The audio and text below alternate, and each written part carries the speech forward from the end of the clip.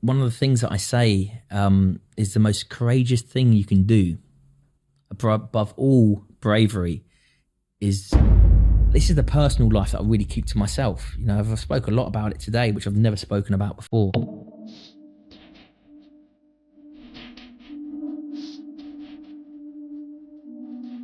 Ant Middleton.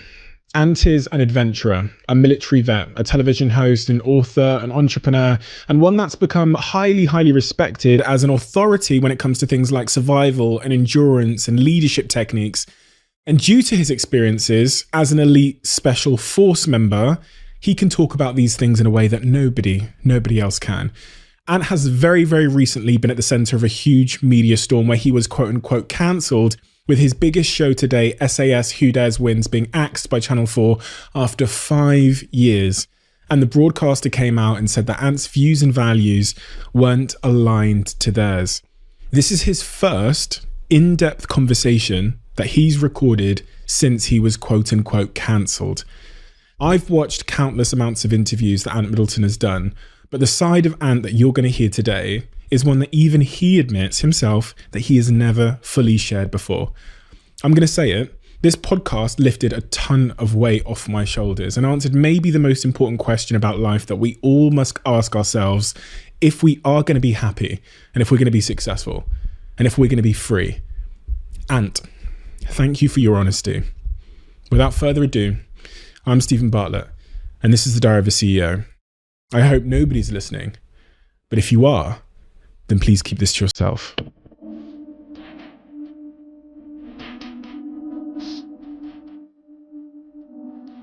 And when I was reading your book, First Man In, there's this quote at the end of one of the chapters, and I thought it was a good place to start this conversation today, because I tend to think that it's probably one of the more foundational pieces of information. Well, it might lead to one of the most foundational pieces of information to describe who you became in your life and what you've gone on to achieve. And this is what you wrote at the end of the chapter. It says, it's called Making Friends with Your Demons.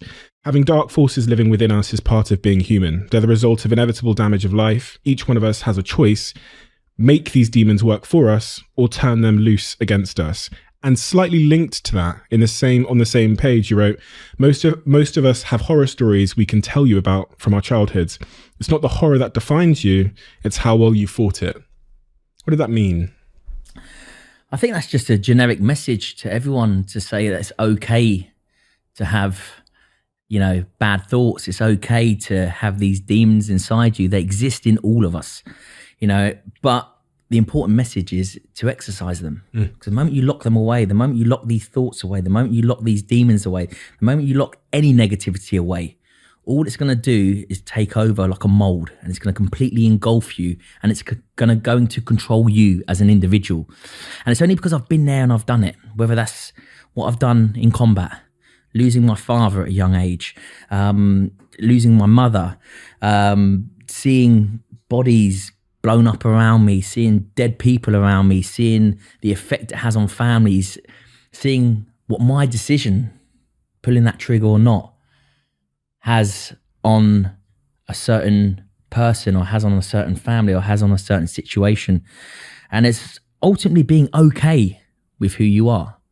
That's the whole thing about it. It's acknowledging that, listen, we're not perfect. We're human. Okay, we have weaknesses, we have insecurities, we have these horrendous thoughts sometimes. You'd be a liar to say that you don't sit there sometimes, and the things that go through your head, if you actually voice them, then that becomes a problem. That's you not exercising your demons, that's them exercising you. And it's just about acknowledging that. And I acknowledge that from such a young age. I acknowledged that from a young age when my father passed away, and I couldn't really understand what was going on. Can you tell me about that? Yeah, my father passed away when I was 5 years old. And within a few months, a new man came into our life, my stepfather. And then within 2 years, we moved to France. So we lived in Portsmouth. We upped and moved completely to France, a new situation, a new environment, a new man in our life. And I can just remember going into a bush in the fields where we lived in France. After a couple of months we were there, and I sat in this bush, and the magnitude of the situation was so overwhelming. I can just remember looking at the road and thinking to myself, what am I doing here? Why am I here? What's the purpose? I couldn't grasp anything at that young age. And it was during that moment when I let everything go. And I can just remember thinking to myself, don't try and understand what's going on. Don't try and understand who this man is and where he's come from. Don't try and understand why you're in a different school speaking a different language, because you can't. Don't try and understand all of a sudden you're living in caravans. We were living in a couple of caravans. We were a big family from houses. And I can just remember dropping everything and thinking to myself, understand what you can understand. And that at that young age, what I could understand was what I was feeling. I could understand myself.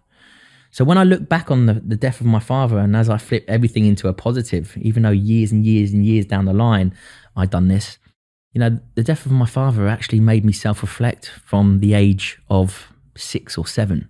So I've been self-reflecting, understanding my emotions, understanding how I feel, understanding my demons, understanding, the good parts of me, the bad parts of me, the weak parts of me, the strong parts of me, the positive side of me, the negative side of me. And I've been really breaking it down from such a young age. And that's given me an advantage in life. I generally believe that that's given me my sort of bulletproof mindset on how to tackle anyone or any situation today. So even though it's a traumatic part of my life, and it affected me all the way up to my mid-20s in a bad way, where I'd go out and try and understand who my father was, try and understand, I never went to his funeral. I never went to his grave. My parents, my stepdad, because he came in my life so young, I called him my dad. They never told me where he was buried. He was just completely cut out of our life. Because of the situation beforehand, for him to come into our lives a couple of months after, it was pretty obvious that my mum was obviously having an affair, or there's something going on. And again, I'm not judging anyone or the situation, but, so when he came into our life, it was like, right, you call him Dad. My name changed from Aaron to Middleton. Not a lot of people know that. Really? Yeah. And this whole new life was just forced upon me. So I was either forced to act or forced not to act. Sitting in that bush, me forcing not to act was probably jumping in the road. Thinking, right, listen, enough is enough. Did that cross your mind? It was a big road. It was a big road. And it never got to that stage where I thought, right, I'm going to take my life. But it was like, there's an easy option out of here. Do you know what I mean? It's like, there is an easy option out of here, but it never crossed my mind to do it. But I can just remember thinking of that road, thinking, the cars move fast there. Do you know what I mean? If you wanted to, it's more like if you wanted to. Yeah, so it crosses your mind. Yeah, it crosses your mind, but it doesn't register, yeah, if that makes sense. Yeah. And it's only, throughout these few years when you start to reflect back on who you are and what you've been through, you start to go, bloody hell, man, actually, maybe I was thinking like that at a young age. So, but then again, who I am, I'm honest with myself. I'm honest with my demons. I'm honest with who I am. And ultimately, I'm honest with knowing that we're not perfect. A lot of people, and you've described it there, they never admit their demons to themselves. Mm-hmm. And what ends up happening is those demons run the show, but from the back room. Absolutely. And, I guess you see that a lot with people that have come back from war as well, because they don't get the support they need. But I see it during war. Yeah. I see people, level-headed, intelligent soldiers lose their head on the battlefield, come running past you, doing things that you think, wow, where the hell did that come from? You look into their eyes and there's fucking nothing there. Nothing there. And then boom, they flip out and you're like, do you realize what you just done? Like, it's, those demons are fucking strong. They're there. How do you address them? You have to exercise them. And, the way I exercise my demons is by getting like-minded, similar people in the same room, in a safe environment, and I might drink myself into oblivion till 3, 4 in the morning, chatting about what we've done, chatting about old times, chatting about who we are. And then boom, I'm done for 6 months. I've released those demons. When you intoxicate yourself with alcohol, it allows you to talk. And I'm not saying go out there and do that, but that's just my way of coming from a drinking culture, i.e. the military, a drinking and a fighting culture. That's the way that we deal with things. And for now it might be a blowout where, I go out and, I'll have a nice meal and, we'll have a few glasses of wine, and we'll be in a private room and we shoot the shit and, just talk about whatever we need to talk about, whatever's on your mind. But also physically, I exercise my demons physically. I put myself in horrendous situations in order to fight against myself. Everest is a prime example of that. I was going to say, yeah. I didn't have to go up during the storms. If I was the normal, sensible person, I would have went up after that storm went. So just for context, you decided to climb Mount Everest with a buddy of yours at probably the worst possible time, and you got into a little bit of a predicament up there. Yeah, exactly that. Yeah. To say the least, yeah. But it's one of those where I didn't just want to walk up on a nice sunny day, and gain nothing from that experience. Why though? Like, why are you voluntarily putting yourself through chaos and what anyone else would perceive to be agony? Why are you choosing that? That's me exercising my demons. Really? That's me, pushing myself to that limit. That's me having tasted that drug of living on that line of life and death. And a lot of people think that drug's adrenaline, but it's not. I don't feel pumped. I feel ultimate peace. So people find this bizarre, but when I walk that line of life and death, which I've done multiple times, it's a pure feeling of euphoria. It's not what you think, where you feel pumped and your eyes are red and you've got this aggression going through you and you have to get through this moment. It's like life is so uncomplicated, Steve. So uncomplicated. You're either going to live or you're going to die.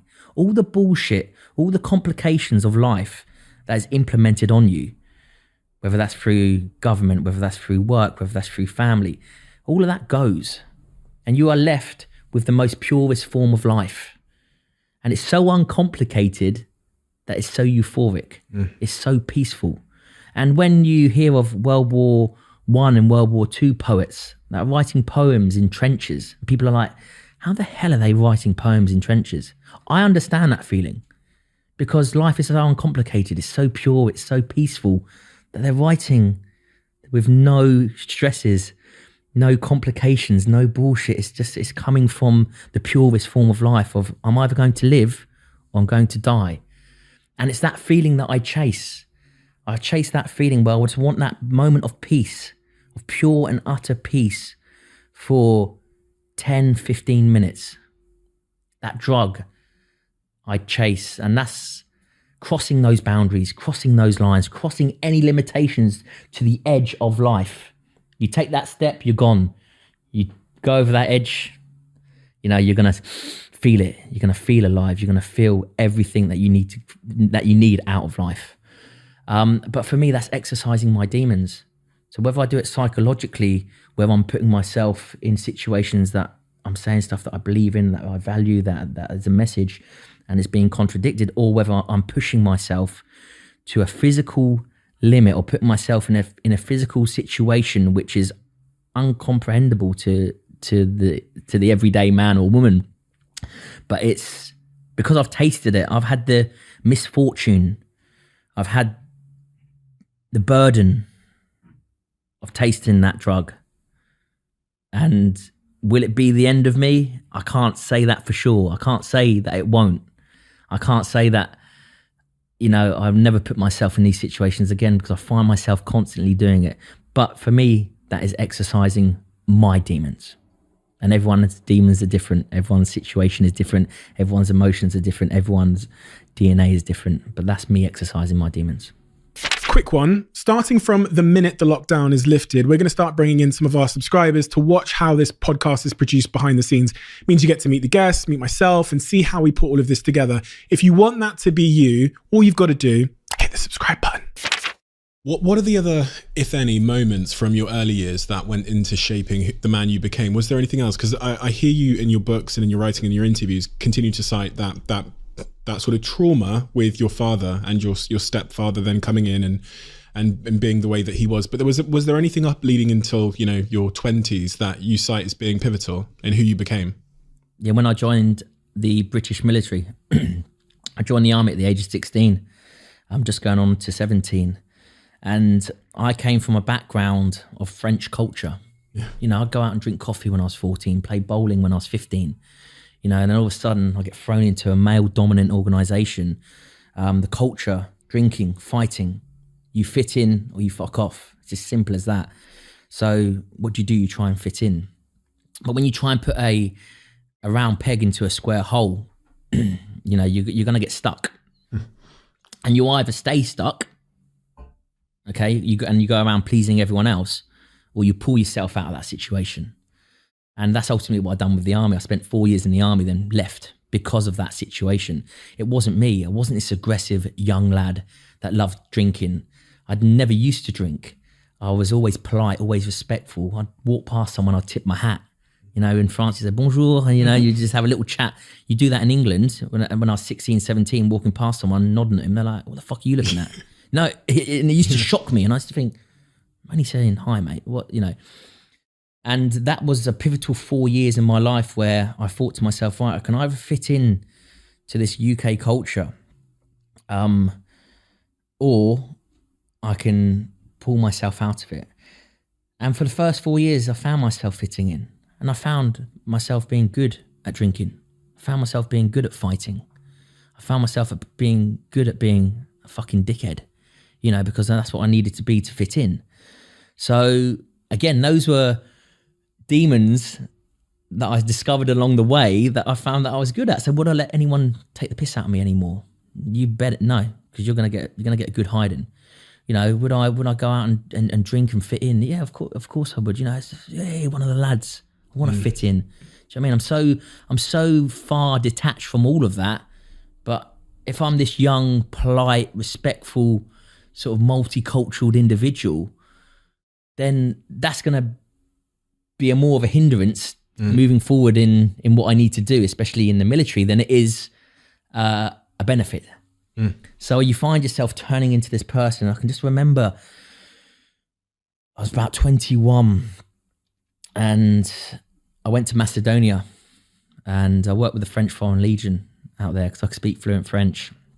And I worked with the French Foreign Legion a bit and I saw how they were. They were very, very mature, very sort of, you know, going back to that French culture, you know, they're all family orientated, very, I thought to myself, wow, this is who I am. And when I got back off that tour, I can just remember going to the squadron bar. I was in 9 Parachute Squadron Royal Engineers, going to the squadron bar. We'd just done a 6-month tour. I'm going to the squadron bar and I remember walking in there and I remember seeing someone, a staff sergeant, probably about 35, 36. You know, I'm a young 20, 21-year-old, drinking from a boot, from an old desert boot, right? And he's drinking piss, drinking piss from a boot. And I can just remember looking at him thinking, if I continue the way that I'm going, that's going to be me in 15 years' time. And it scared the hell out of me. I can remember just thinking, I've got to get the hell out of it. And I walked out of that bar and the next day I put my notice in. I was like, this is not who I am. This is not, you know, I've gained more demons from this 4 years than I have any friends, any benefits from it.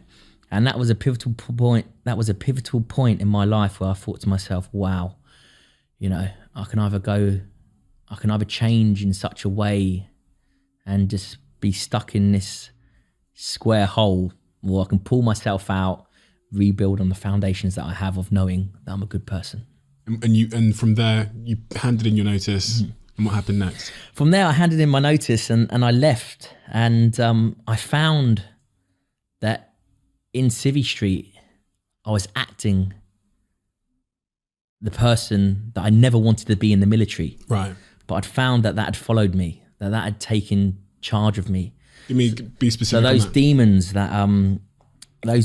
that had sort of identified themselves within that 4 years were running the show. So when I got out, I joined the Metropolitan Police, and I was acting like a proper squaddy. Right. You know, going out drinking every night, you know, cheating on my exams, drink driving.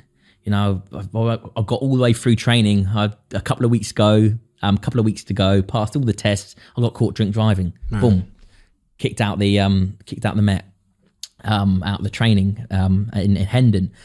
But it didn't bother me. I was like, yeah, you know, once a soldier, always a soldier. And I was living in the past and being someone who completely wasn't me, but who had control of me. And then getting into the street life.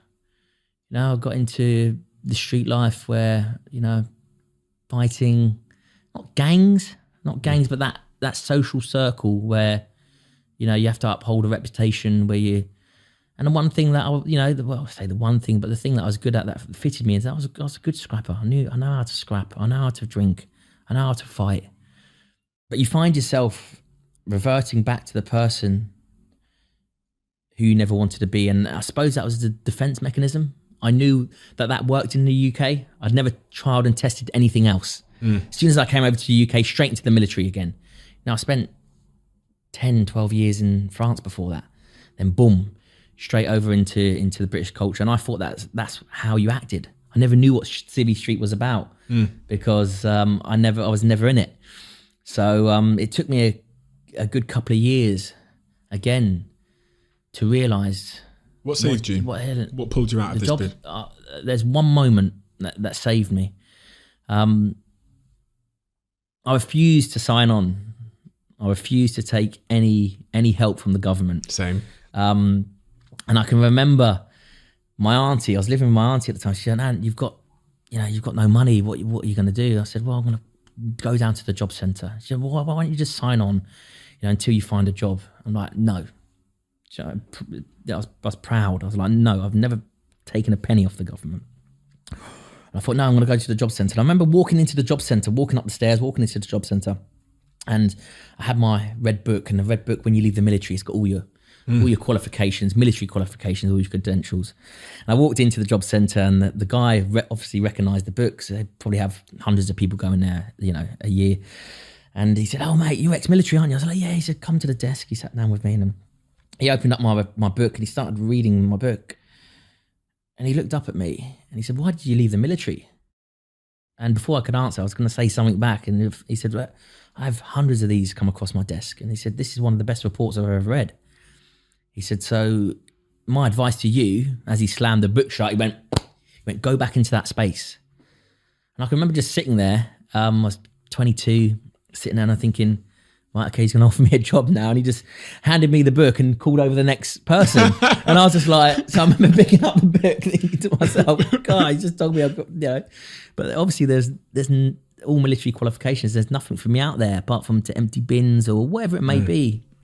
And I remember taking the book, and as I walked down the steps of the job centre, I sat down halfway down on the steps, and I had a train ticket in my pocket and probably about a couple of quid loose change. That was my life. This was at the age of 22, 23 maybe. And I can just remember thinking to myself, right, why the hell are you sat skint, nothing in your life apart from the clothes that you're wearing and what's in your pockets, jobless? And then a moment of clarity just hit me. It's almost as if I had an out-of-body experience, and I was looking back at the boy sitting on the step, and I can just remember thinking to myself, right, I'll tell you why. It's because you're pretending to be someone else. You're lying to yourself, therefore you're living a lie. You think you're better than everyone else. You know, you've got this reputation that you want to uphold. That's not you. You're just a shadow of who you really are. You're not, who the hell do you think you are? because the person that I'm looking at, almost looking in the mirror, the person that I'm looking at is exactly where he should be, sat on a fucking step, jobless, with nothing. Because this isn't you. And if you want to live in the shadow, if you want to stay stuck in that hole, in that square hole, then keep lying to yourself and keep living a lie. And that moment, I'll always go back to that moment. Whenever I get a bit above myself or a bit too big for my boots, I always go back to that moment where I rip myself apart, because it freed me as an individual. And I promise you this, and it's not cliche, this isn't some kind of fucking bullshit story that I'm telling you. It freed me as an individual, because I can remember standing up on them steps, feeling like a new man, because I just identified who I was. This isn't you. Get that out of your life. Get that out of your life. Get that out of your life. Be you. And I had those foundations to fall back on, because I knew who I was ultimately, but it was just covered in ego, covered with so much bullshit, covered with so much complications that I'd implemented on myself. And when I got rid of it all, I was just like that. Do you know what? I was good at the military. I've got best recruit, best PT when I was in the army. Do you know what I'm going to do? I love that lifestyle, but I was just around the wrong people. I was in the wrong regiment. I'm going to rejoin the military, but I'm going to be a team player. I'm going to be myself. I'm going to be this respectful gentleman, hard worker that I know that I am. Do you know what I mean? I'm not going to go out boozing. I'm not going to go out fighting. I'm not going to try and fit in. If they don't accept me for who I am, then so be it. The military obviously isn't for me. And I joined the Royal Marines. I went straight down the careers office, and joined the Royal Marines. And within a couple of months, because of my previous military history, I got in very quick, and within a couple of months I found myself going through Royal Marine training. And when I passed out of Royal Marine training, I got awarded with Best Recruit, which is the King's Badge. And I can just remember thinking to myself, right, Ant, you've been here before. You got Best Recruit, Best PT, you rested on your laurels, went to your unit, didn't really fit in. You're in the same position now. Now you can either use this as a positive and push forward and go on to achieve great things, or you can try and fit in, booze, fight, be a camp hero, a pub soldier, and just be back to square one where you was 5, 6, 7 years ago. There's something, and I want to carry on from that story, but just going back to that, I find it super fascinating that you're sat on those stairs, and at a moment when your ego kind of dissolves because of the circumstances you find yourself in, you're actually able then to go and pursue your true self. And I find, I had someone sat in this chair previously, and he's the biggest investor in the world in psychedelics. And one of the things that he talks about with psychedelics is what it does is it strips back the bullshit, your ego, the identity you've been living to please society. And what's left is like who you actually are. And it's so funny that so many of the guests I speak to and so many of the psychologists I've spoken to talk about, in order to find your happiness and pursue your true self, you have to get rid of that bullshit. And what I was hearing when you were saying that is, you'd created this reputation and identity for yourself, which actually was leading you astray, but it was helping you survive in those circles. Absolutely. And this tough decision to say, do you know what, I'm going to break out that circle, leave that identity behind, throw myself into an uncertain moment and go in pursuit of who I actually am. And everybody faces that in their life. As a kid growing up in Devon in a school of 1,500 white kids, pretending that I liked indie music and pretending I was to fit in and survive. Survival mechanism. Yeah, and I left the city because I deep down in my heart, I didn't resonate with anybody, but I was in that small town city surrounded by 1,500 white kids that liked the kooks. And that's my army career. That was my army career. Yeah. And then 18, I was like, I'm out of here. I'm going to go be Steve. Moved to Manchester, and I dropped out and I started to.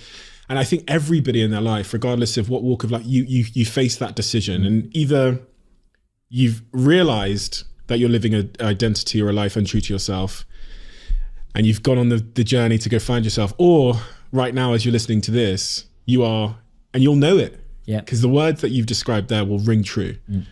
I completely understand that, and that makes complete sense to me. And one of the things that I say is the most courageous thing you can do, above all bravery, is to be honest with yourself. Why is that so hard these days?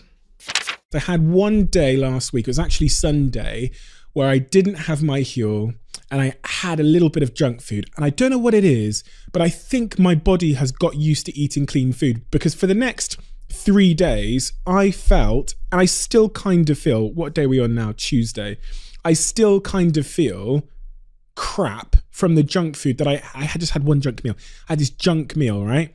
I still feel crap now. I don't know what it is. I think my body has genuinely got used to eating good food. So the minute now that I put in something that is bad for me, my body goes, Steve, what are you doing? And I felt bad for the last 2 days, and I've returned to Huel and I feel good again. This is just an anecdotal story, but I said this to my PA last night.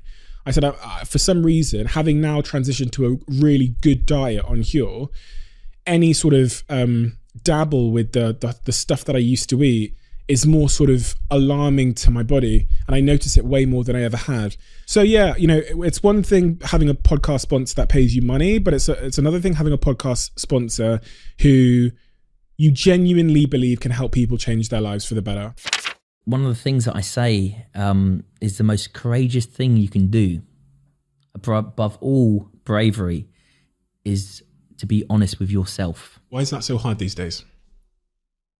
You know, people say to me, and you know, what's the bravest thing you've ever done? And I always talk about the story of the job centre steps, because that took courage, that took balls, that's bravery right there. You know, I've been in rooms where bullets are flying over my head. I've kicked doors down, and you know, I've saved life. It's like, that's not being brave. That's just me being extremely good at my job and loving what I do. You know, there's nothing to do with bravery. You know, bravery is almost forced upon you. But when you decide to step into the arena, when you decide to step into that and go, right, I'm going to face this, and put that mirror on yourself, ultimately facing yourself, that is the hardest but most liberating thing I've ever done. And people shy away from that, and they live in the void. They live this life where they just live in the void. I call it, I say, you're on autopilot, because you're lying to yourself, and it's pretty simple. Therefore, you're going to live a lie. I don't care. I'm not the Archbishop of Canterbury. You know, I'm not a rocket scientist. It's just simple science. You know, if you lie to yourself, well, guess what? You're going to live a lie. But standing in a mirror and ripping yourself apart does take away all the bullshit and all the complications, and it frees you as an individual. But you have to do it on a regular basis. You can't just go, I've done it once, or here we go, I found myself, this is who I am. Because hopefully you're constantly changing, you're constantly evolving, you're constantly adapting your mindset. You know, that's what evolution is about. You know, the world is designed to you know, it evolutionizes, and we are designed to do exactly the same. And the moment that you're not honest with yourself, it's game over for you. It's like you just want to be just that person. You know, like a lot of people say to me, "Ant, fucking hell, I remember me from the military." I'm like, yeah. And they go, "Oh, fucking hell, Ant, you've changed a lot. You've changed." And I'm like that. I haven't seen you for 10 years. I hope I've changed. And I say to them, you haven't. That's why you're still just that guy. That's why I'm Ant Middleton and you're still just that guy. Is because, of course, I've changed. I like to think in another 10 years' time when you see me that I've changed again. Because if I haven't, I'm doing something wrong. And that doing something wrong is not being honest with myself. And it all goes back to you as an individual. No one can do that for you. No one can do that for you. And I say to everyone, everything starts with you. And it's so true. If you don't want to change, then nothing will change around you. You know, if you don't want to be honest with yourself, well, guess what? You're lying to yourself. It's the complete opposite. Therefore, you're living a lie. It's like you have to do this on a weekly, on a monthly basis. Anytime an obstacle was thrown in front of you, you can fall back on, right, be honest with yourself. Be honest with who you are. Be honest with you, you know, with how you tackle things, and don't lie to yourself. The cost of being yourself and being honest with yourself is seemingly increasing in this day and age. And you know, I think that's a really, really valid point, one that I don't think expressed properly, which is you had that reflective moment when you're sat on those stairs where you say, fuck it, we're going to start being honest with ourselves. But then, especially as you get more successful, you know, in your media career and everything else, the forces at play trying to get you to not be honest with yourself get greater and greater. And this is this crazy sort of, I don't know, paradox or whatever we see in society at the moment, which is you being honest with yourself is the reason you're sat here. It's the reason you're Ant Middleton. Yeah. And that's what's made you go explode, right? But then the higher you get, it's like, I don't know, the resistance for you not to be yourself becomes greater because now you're more of a target, right? Yeah. Hard fucking life to live. Do you know what? I've been witness of it. You know, the cancel culture, the don't say that, Ant, because you will lose this book deal. You will lose that media career. You will lose that production. I'm witness of it right now. You know, I hear it probably on a weekly basis. But then that's that square peg, round hole. It's like, no, I don't, you know, it's every time I think about that. And I always have two principles with everything that I do is don't go out to offend. So I don't say things to offend people. Therefore, they choose to be offended. I don't say things to offend people. I just say things what I think is right, what have served me good in my experiences and my career and my mindset. And the second thing is, you know, don't do things maliciously. So first of all, don't go out to it's verbal. Then also actions. You know, don't do things maliciously because then ultimately, yeah, you're gonna have a backlash. You're gonna have a reaction to what you've done. So that's exactly what I do. I don't go out to offend, but I go out to tell the truth. But I also go out to seek the truth. You know, and I go out to seeking the truth. Again, everything starts with you and with who I am. It's dangerous. And it's dangerous. Especially in the social media era. It's dangerous. It is dangerous. But hopefully you get past that stage of people realizing that actually this is Ant. He's not been any different. He's not, you know, voiced anything different. He's not tried to fit into a media agenda. He's not tried to blag anyone. He's not being fake. This is who Ant Middleton is, and he will always be like that, regardless of what regardless. But then there's that platform of not reaching that level quite yet, and then everything descending upon you. And unfortunately, there's a lot of people out there that are scared to say what they truly feel, are scared to voice their opinions, are scared to, you know, voice their values, because ultimately it takes food off the table. It's a career stopper. When your career stops, guess what suffers after that? Your family. And then when that suffers, guess what? There's not much out there for you. You have to rebuild again. Well, all those 10, 15, 20 years career that you've built, all for that one moment, is it worth it? No. So what do? Keep quiet. What do? Don't do anything. Just say what they want you to say and do what they want you to do. That doesn't fucking rub with me. That's a sore point with me. You know, you try and make me someone that I'm not, like I've been made someone that I'm not. You're probably going to get the worst out of me, even more so, because everything comes back around to who you truly are. They're trying to control you, right? Yeah, it's a controlling measure. And it's like, listen, I've let people control my life. I've let situations control my life. And I've ended up psychologically, not physically, psychologically on that brink of questioning who the fuck am I? Who am I? That's what I question. And the moment I start questioning who am I, then I know that project isn't for me. I know that sponsor isn't for me. I know that TV channel or that TV production isn't for me.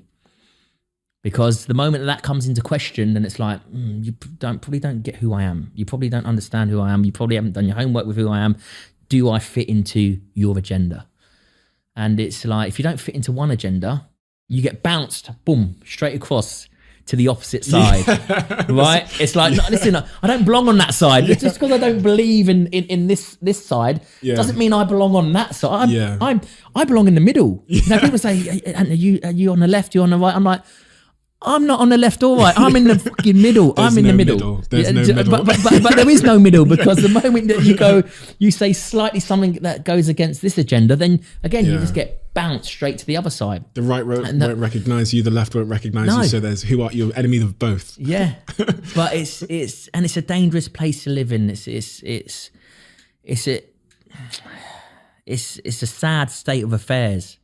A real sad state of affairs. And, you know, just because your values and your views are different doesn't mean my message isn't the same. You know, my message, everything that I do is about positivity, is about mindset, is about bringing people together. You look at SAS Who Dares Wins. What does it do? It makes people realize what they're capable of, makes them find themselves. It brings people together, brings families together.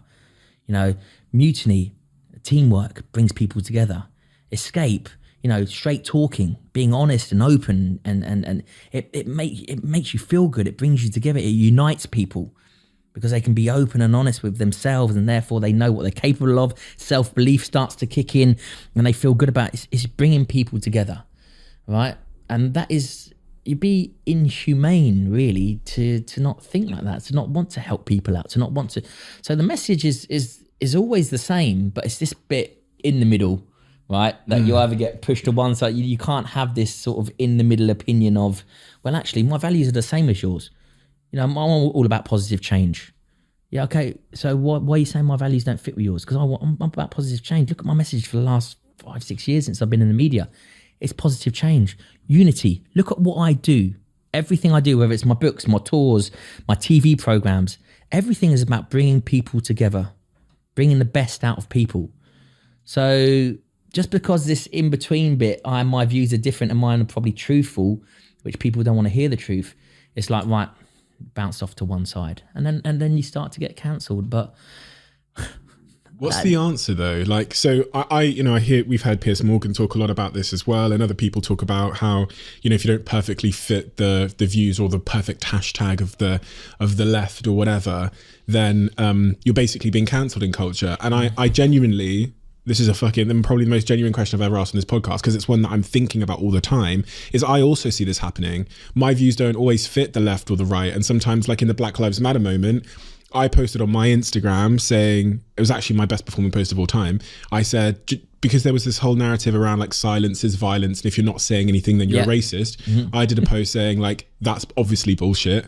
As I said, it's unpopular black opinion. If someone doesn't post a black square on their Instagram, doesn't make them a racist. People process things in completely different. In fact, the most unnatural reaction to trauma is to take to social media.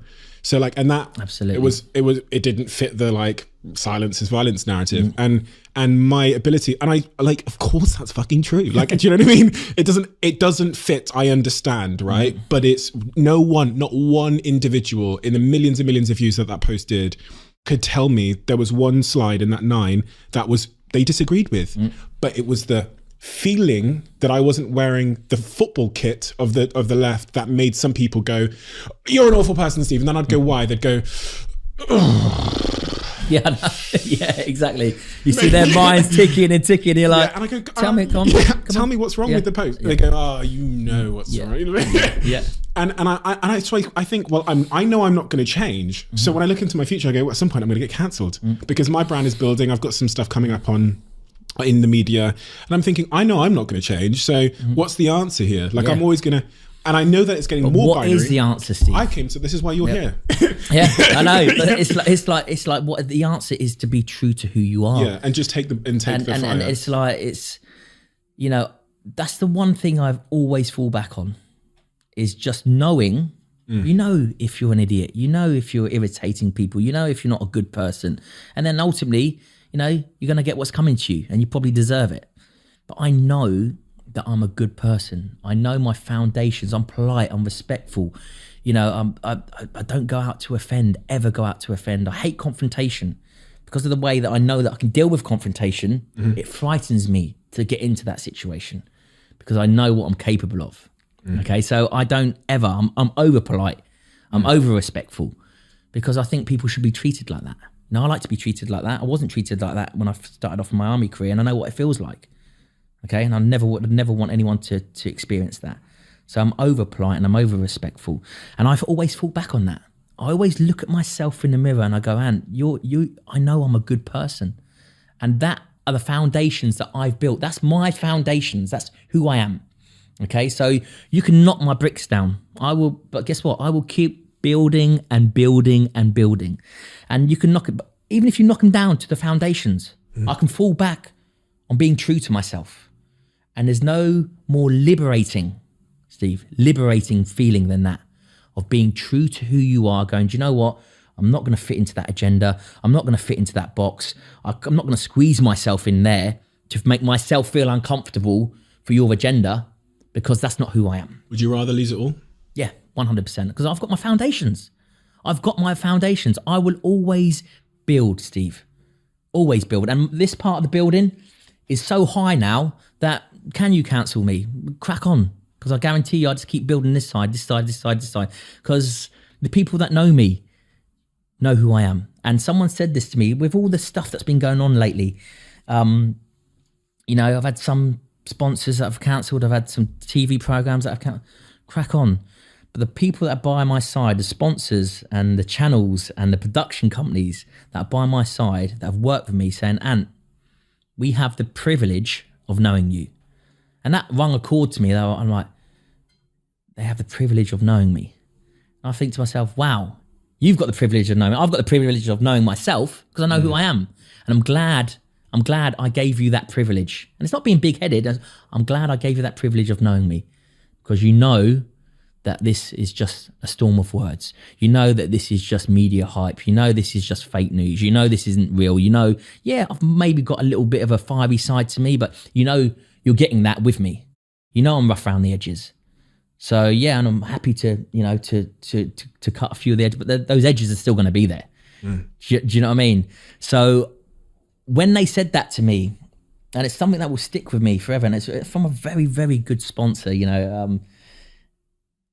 it's to do with my books. And I remember sitting back and just taking that breath and going, keep doing what you're doing, Ant. You're doing the right thing. And then this last week, so many doors have opened. Production companies calling me, channels calling me, and you hear about it. You hear about, you get cancelled, then that's your career done. But then you've got your Piers Morgans, you've got your Jeremy Clarksons, and now you've got your Ant Middletons, okay? And it just goes to show that I'm doing the right thing. And that actually, I'm not going to fit. I'm not going to be comfortable with everyone. I'm not going to be their cup of tea. Well, that's fine, because guess what? I don't want to work with you. If I get questioned one little bit about who I am, like I said before, if I get questioned one little bit about who I am by any brands, any sponsors, any channels, then I will not work with them. I will say, listen, thank you very much. It's obviously, not the right match. You go on and do your thing and I'll go on and do my thing, because I will always go on and do my thing. And that building can completely drop to the foundations. But when you're honest with yourself and you know who you are, those foundations are solid. You will always have something to build from. But when you're not honest with yourself and everything comes crumbling down and you have no foundations to fall on, you're fucked. That's when you're in trouble. That's when you start to go, well, I won't say that. I won't act like this. I won't do this and I won't do that. And that's when you become someone else. That's when you become fake to who you are. And guess what? Desperate times then. You're like a wounded animal. And guess what? You're probably going to be right at the back of the pack for the rest of your life. The psychological impact of living a life that isn't true to yourself. And I mean, this is why people have these like midlife crises when they've, even in like the professional world where they've, their mum and dad have told them to go and be a banker or a lawyer. They don't want to be, they want to be a fucking dancer or whatever. Yeah.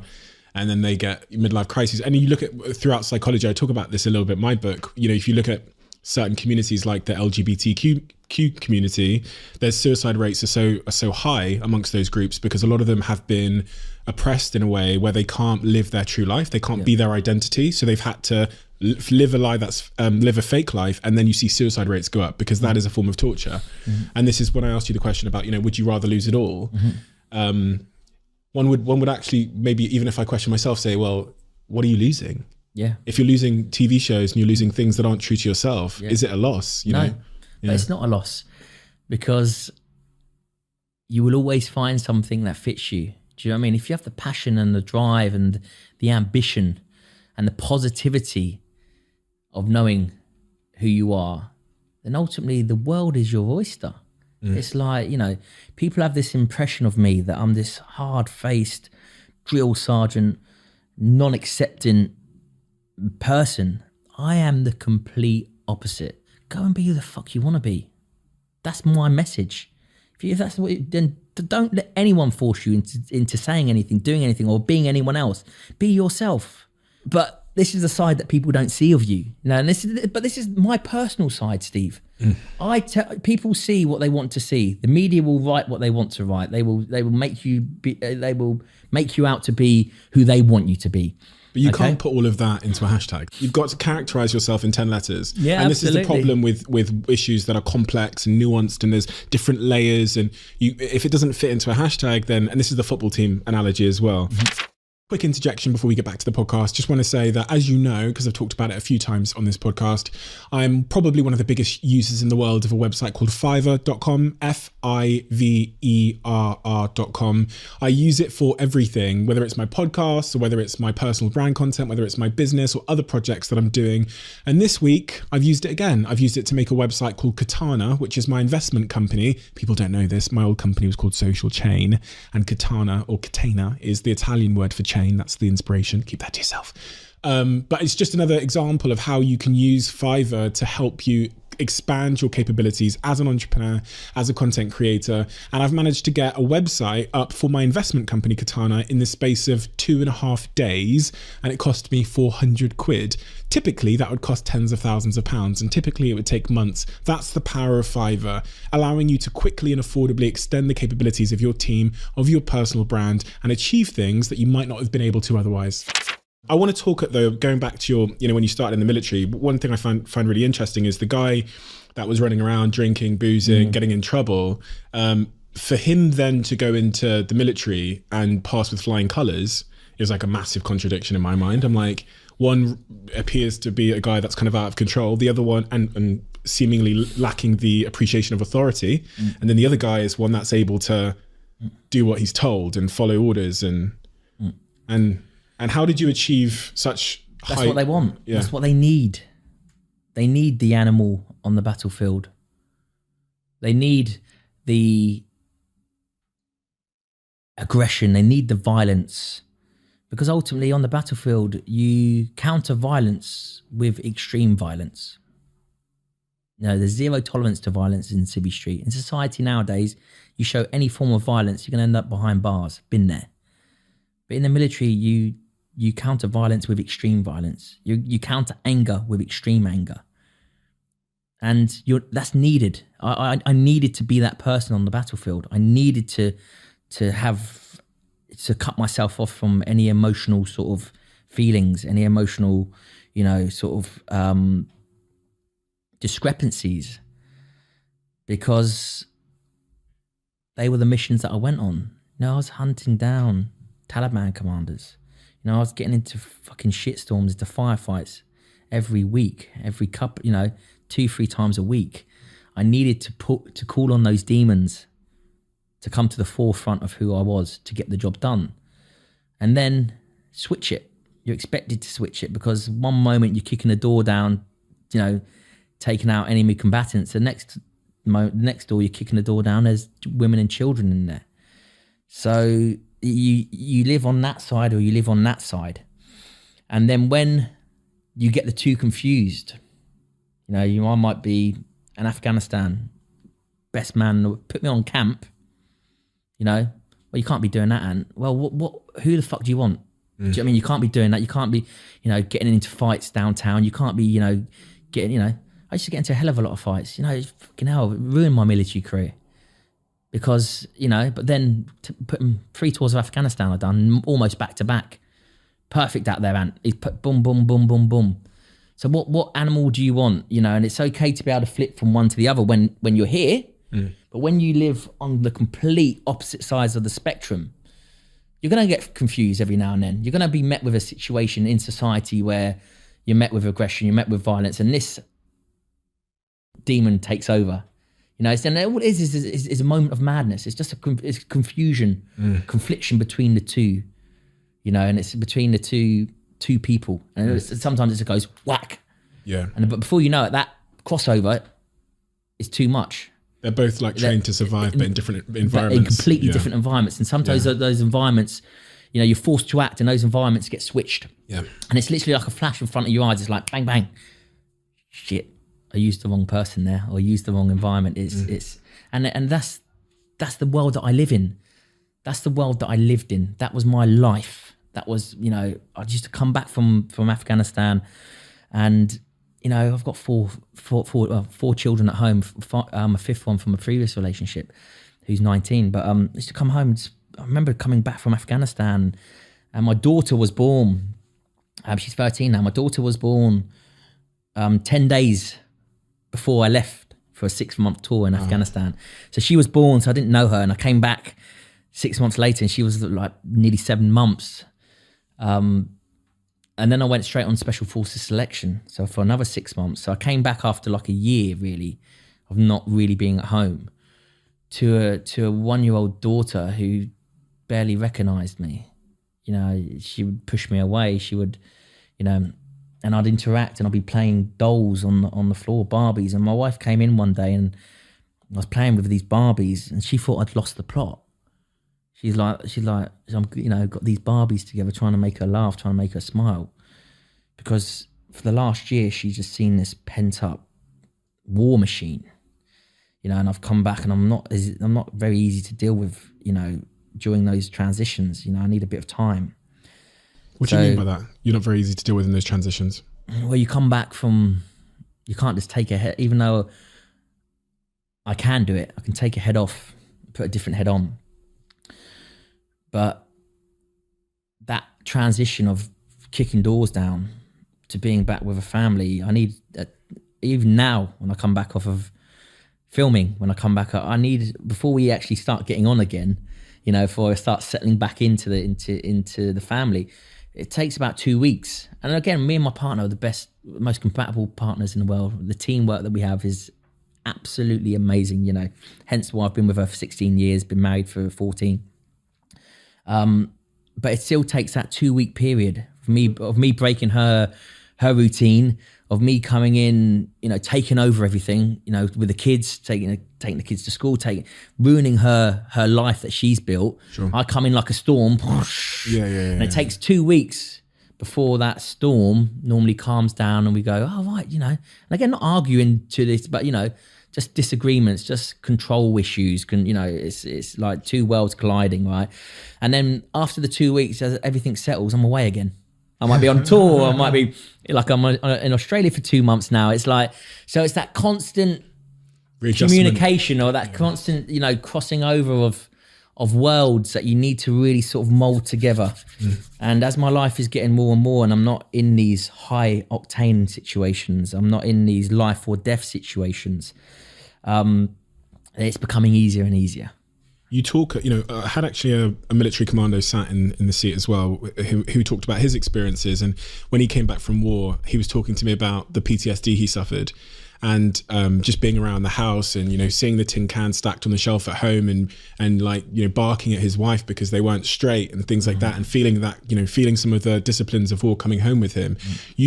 I've seen you talk on this topic, so I know that, you know, you've handled that in a different way. But what are some of the things that have come back with you from war that you don't like, or that you think aren't helping you in your personal life? They're two different worlds. You know, you deal with dark humor, dark banter to get you through certain situations. And that dark humor and dark banter and dark way of talking is the norm to you, because you live and breathe that. And sometimes that comes out, you know, and only when I'm doing a military style show, you know, you come out, you might say something which is, for me, probably a throwaway comment or a bit of banter, and then you realize there's 100 odd crew members listening. And there's nothing, you know, it just might be, I might say something about someone, or it's never direct, you know, it's always an indirect conversation that we have. It's that military banter that I fucking hate. Sometimes I hear myself talking like a military man, and I hate it. I might say military words, you know, hoofing, honking, waz, you know, there's loads of them out there. And I think to myself, why are you talking like that? But it just comes out because I might find myself in a high octane situation, in a stressful situation, in an aggressive situation, in a violent situation, which I revert back to what I know works, which is ultimately this military person. But then I think, fucking hell, I'm not in a military environment. I'm not I'm in society, you know, I've got, you know, and it's controlling that I find really difficult. But also acknowledging that it needs to be controlled. You know, I'm not in the military anymore. You know, and I always hate this. Once a Marine, always a Marine. You know, you get people go, hey, once a Marine, always a Marine. I'm like, I was a Marine 12 years ago, 10 years ago. You know, and now I'm a media TV presenter. I'm now an extinguished author. I'm now, you know, I like to say, like, you know, about mindset. My mindset guru. I go around and do my tours. You know, I'm in a completely different space, but I have to pull upon this young soldier every now and then in order to get the job done, because I know that works. You know, I know that if I do that, but I just need to fine tune it. I need to buffer it around the edges, which again is a work in progress. You know, I put my hands up when I go, fucking hell, do you know what I mean? I shouldn't have said that, or shouldn't have done that. You know, and I'm the first one to admit it. But people have to realise that, listen, it's a work in progress. It's not something that I can change overnight.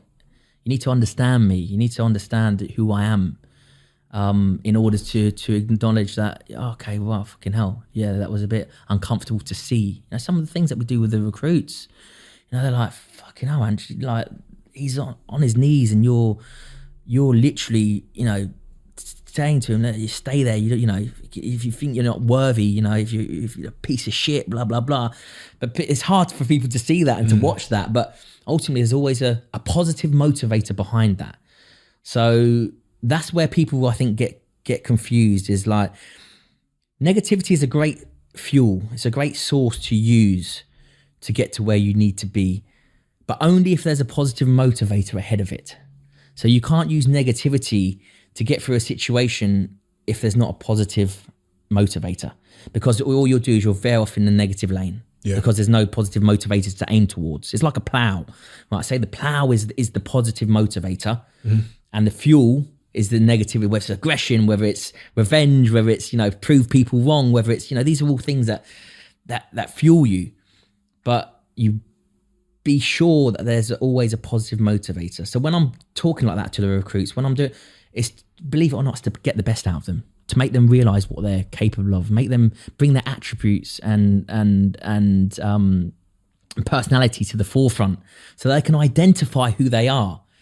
And a lot of people, they bring that to the forefront, or I flip that mirror on them and they look at themselves and they go, no, I don't like what I see. They VW, or they go, or they leave. Yeah, so that's what I was going to say. It's also a filter. It's a filter. And that's what a selection process is. And but that's how it's not only what a selection process is, that's how I live my life, Steve. I'm so brutally honest with what I do and situations I find myself in, and the environment that I choose to be in and it's that brutal honesty, it's that brutal sort of truth, that the motivator is always becoming a better version of who you are, of learning something, growing from it, and becoming a better version of who you were yesterday. And how important is it to take personal responsibility for your outcomes in life? Because there's a growing culture of blame and, you know, victimhood. And I see this as well as someone that, you know, the best thing that probably happened to me is, if I was successful and I had parents that were rich and I had loads of money and I got a degree and I got these great grades, people would immediately go, well, no, Steve can't tell us anything because he got it handed to him. Yeah. Fortunately, I was the opposite. I'm a black kid born in Africa, kicked out of school, dropped out of university after one lecture, got no degree, parents are bankrupt. So I can talk a little bit more about like personal responsibility without being discredited. And people say, oh, well, of course you fucking say that. And like, but I see this growing culture because I was a kid in Moss Side in Manchester stealing pizzas to feed myself only, I don't know, 7-8 years ago. And I know that my mindset and the behavior that my mindset created is the reason I'm sat here now. Like, of course there's luck, timing, I understand that, but my mindset increased my probability of being sat here now. So when I preach that to people, especially people that don't want to take personal responsibility, or like, you know, victimhood or blame keeps them nice and safe and comfortable, and it means they don't have to look in the mirror. They go, fuck you, guy. But it's hard to attack me. It's hard to attack me because what are you going to say? You know, what privilege the privilege I had was moving to this country as a baby. But that's the privilege of knowing who you are, Steve. So you can take all that income.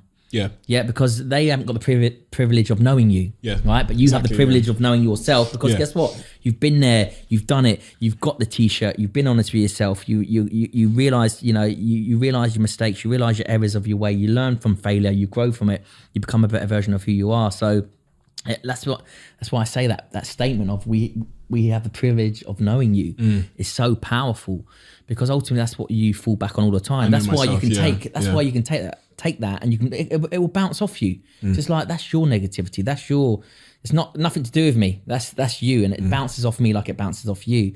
But the moment you step into that victim mentality, that's when you feel that the world owes you everything. That's when you feel like that, why is he where he is and I'm not there?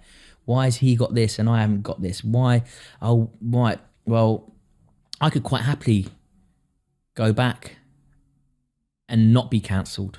Okay, so for example, if I went, oh, guys, yeah, really, really sorry about that, but I suffer from PTSD, the death of my father, it's like, fucking hell. It's like, one, I don't suffer from PTSD.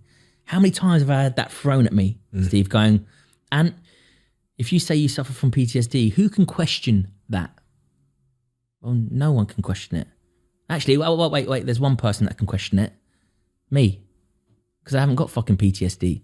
Well, no, you haven't. But if you say that, then, the papers will do this. The courts will do this. People will start to go, oh, well, actually, the stuff that he's been through and he's seen, he's done, he's witnessed. Yeah, of course, listen, throw him another bone, give him another chance. Feel sorry for him. Fuck that. Do you know what I mean? It's like when I went to prison. I left the military, went to prison, got into a violent altercation. Yep, violence on violence. Of course, put my hand up 100%. I'll do my time. My lawyer said to me, Ant, do you want to go to prison? I was like, of course I don't want to go to prison. Who wants to go to prison? He said, well, listen, here's your out. He went, say you've got PTSD. If you say you've got PTSD, he said, I guarantee you, that's what he said to me, guarantee you will not go to prison. You'll get suspended sentence, you'll have to go and do a couple of courses, and then you'll be at home with the family. Now, I had 4 kids and a wife. Actually, at the time, I had 2 children and a wife at home that relied on me. I couldn't lie to myself. I thought, don't get me wrong, I'm not going to lie to you. I thought to myself, do you know what? That sounds appealing, because who can tell me that I haven't got PTSD? But then the question always goes back to you, because only you hold the answer, Steve. Only you have that answer. Only I knew that answer. I could lie to myself, live a lie, and fuck knows where I'll be now, right? I might be a bloody PTSD counsellor. I might be, but I would have gone down that road for years, right? So I've got 2 years suspended sentence, 2 years of going down a road that wasn't me, going down that road of pure lies. Every step I took wouldn't be a true one. I always say to people will mold you and direct you in life. That's what people are there for. Good people anyway. They try and mold. But if that first footstep that you take is not a true one, I said, do not take it. And the only person that knows that is you. And I always go back to that. Do I feel comfortable taking this footstep? Yes, I do. The rest of the world doesn't. Well, guess what? I feel comfortable doing it. But he's going to have something to say about it. She's going to have something to say about it. They're going to have something to say about it. I don't care. Is it true to me? Go back to who I am. Yeah. Boom. I take it. And I deal with whatever comes at me, because it can bounce off me, right? Because as we spoke about, it's like we know who we are. We know what we're about. We know we're good people. So I'm willing to take that. Bang, bang, bang. And it does, Steve, it does literally bounce off me. But also it when it does get into me, because the moment it starts, when it gets over, it does get into you. Once I sit down and process it, it fuels me. I feel like Thanos. It's just like, because I'm being true to who I am, and all this negative, and I'm thinking, right, just boom. Because guess what? I preach positivity till it comes home. Everything I believe is down to a positive mindset and how you perceive the way that you think. And the way, you know, we have this default mindset, which is negative, you know, everything's like, what if this, what if that, I won't do that because of this. And mine's the opposite. Mine's like, right, the best outcome is this. If anything comes along, I deal with it. Okay. And it's that mindset that I always fall back on. And again, it's one of those that I just find so liberating that I can just think that way. But I put myself in the firing line. I put myself constantly in the firing line to constantly challenge myself, to constantly flip these negatives into positives. Without negativity, you wouldn't have positivity. It wouldn't exist. It doesn't, you know, it's a polar opposite. So people say, so I challenge negativity. I love negativity because I will challenge it and challenge it and challenge it. I love the work ethic and the psychological sort of resilience it takes to challenge negativity. Because a lot of people that negativity comes and they ignore it or they bat it off. They run away. But the moment you dig into it and you dig into it and you dig, and it takes time. It takes time as well, isn't it? It tests you, right? And you dig into it, and all of a sudden you see a little light. You see a little glint of positivity, and that's all you're looking for, is that one little seed. You grab that, boom, bank that, and then you grow that seed until you find the next one. And there's nothing more rewarding in this world than flipping a negative into a positive. Because if you're willing, and again, if you're willing to work hard enough and you're willing to take the shit and the fucking, and the bullshit and everything that surrounds negativity, if you're willing to dive into the center of it and you're willing to work in order to flip it into a positive, then I guarantee you will find a positive in it. And I guarantee you that would be the most rewarding thing you ever do. And it's like failure. It's exactly the same with failure. I look at failure and it's like a challenge to me. It's like, you can't do that and you don't know nothing about that. You're going to fail at that. Well, listen, I'll tell you what, I probably will fail at it, but I'm not scared to commit, because I know that the moment I commit to failure, I'll take 2 or 3 or 4 steps into failure and I might go, yeah, right, I haven't achieved that. But those 3 or 4 steps that I've taken, that's what I bank. Those moments in the moment, that's what I bank. A lot of people, they might take on failure and they might fail their objective. And they think, oh, I failed that, therefore I'm a failure. And they forget how far they've come. That just is completely automatically written off because they're going, oh, I failed that. Do you know what I mean? It's like, I won't go near that again. That becomes part of your identity. I'm a failure. I'm a failure. Yeah. So anytime failures, they think they're safety bubble, bubble, victim, but whatever, they won't go anywhere near it. But I love it. When negativity comes along and failure comes along, you know, I'm so intrigued on what I'll get out of it. I'm so intrigued what I'll learn from it. Because when you learn, you grow. When you grow, you become a better version of who you are. It's just that, it's that knock-on effect that it has. And failure is exactly that. Failure isn't going anywhere. I've failed up to now in my life. I'm going to fail to the day I die. So are you. So are you. So are you. Every single one of you in here is going to fail. Whether you like it or not, it is everyday part of life as much as it is breathing. It's surrounded by us. So why do we ignore it? If it's part of who we are and part of what makes the world tick, then why don't we use it to our advantage? Because the perceived cost of failure, whatever that might be, you know, Jenny at work is going to think I'm not so whatever, and this person's going to write this about me. The perceived cost, especially in the short term, feels greater. It feels, and that's the same force of like the PC brigade, or that, you know, it's like, it's better just to stay in your lane today and to just like put your head down, be quiet, because people think, and this is where it's wrong, people think that's the safest place to be. Reflecting on my own journey, when I went to university and I knew that this was a piece of shit and that I needed to quit if I was actually going to become an entrepreneur, like calling my mum and then telling her I'm dropping out and her telling me never to speak to her again, right? That was the resistance. That was the moment where life goes, stay in your fucking lane, right? Yeah. But and people go, you were so brave. And then you're like that, you're grabbing hold of the wheel, you're like, but my brain was so clear. The biggest risk, the biggest failure would have been staying in university and living a life not true to myself. So people say, oh, you have so much courage. Okay, courage would have been staying. Yeah. Right. And I think that's the thing. Of course, my mum says, oh, never speak to me again, and I don't speak to her for 2 years. But look at the upside of living even if I'd failed, like look at the upside of being myself. And I think that's pretty much what I'm hearing from what you're saying is like, there's this, you know, the short-term resistance where it's like, oh my God, if you fail, you're going to lose it all. So no, you'll lose it all if you don't try. It's exactly how, the thing about it is the way that your mindset thinks then it's not a complicated way of thinking. Steve. It's not. Do you know what I mean? Yeah. It's like, it's so simple, really. So simple, stupid. that it's almost incomprehensible. And everything that I do, and you just said it then, what you just said there makes complete sense to me. Just every single word that you just said about that story, I'm like that. Yes, it's like, it's obvious. Like, why wouldn't you do that, right? But sometimes the most obvious things that are the hardest to process, the hardest to achieve.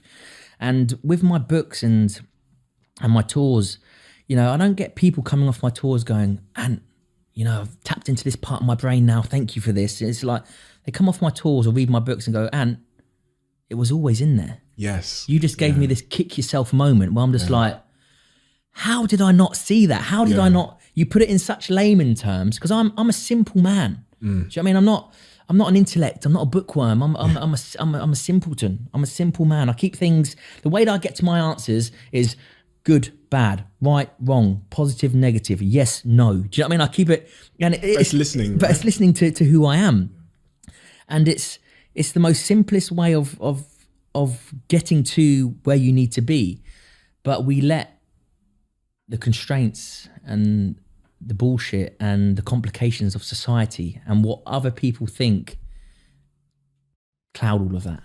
I almost see it like two dials, right? One of them is this voice inside, which everyone has in them. They're saying, go and dance in the hills of Costa Rica.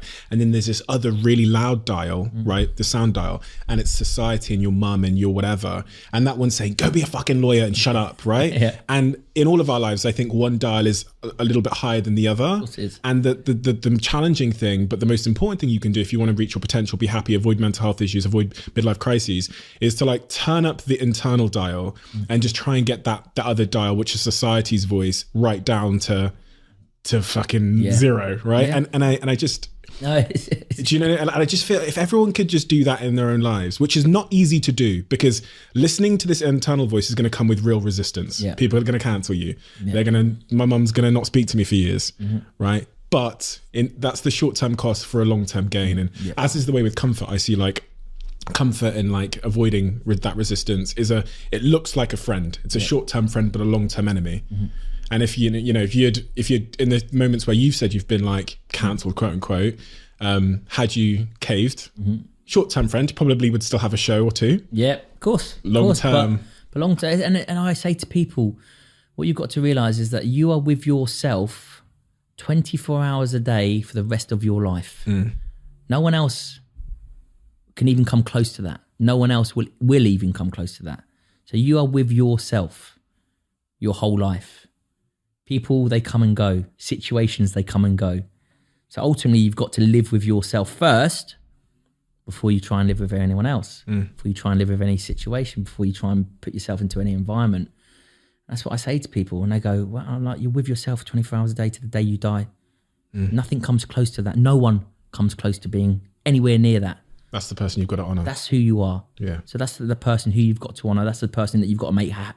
That's the boss. That's the boss, right? That's the person. And it's impossible to please that voice and that voice, right? So like, but please yourself, and ultimately, you know, what comes out, it will, you know, should be raw, should be authentic, should be true.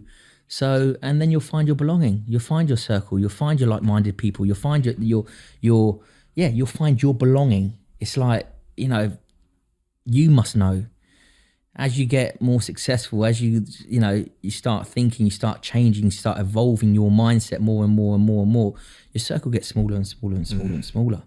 I'm happy with that. You know, I'm happy with that, because not that I'm above anyone or below anyone, you know, we're just on different ends of the spectrum. Okay, because guess what?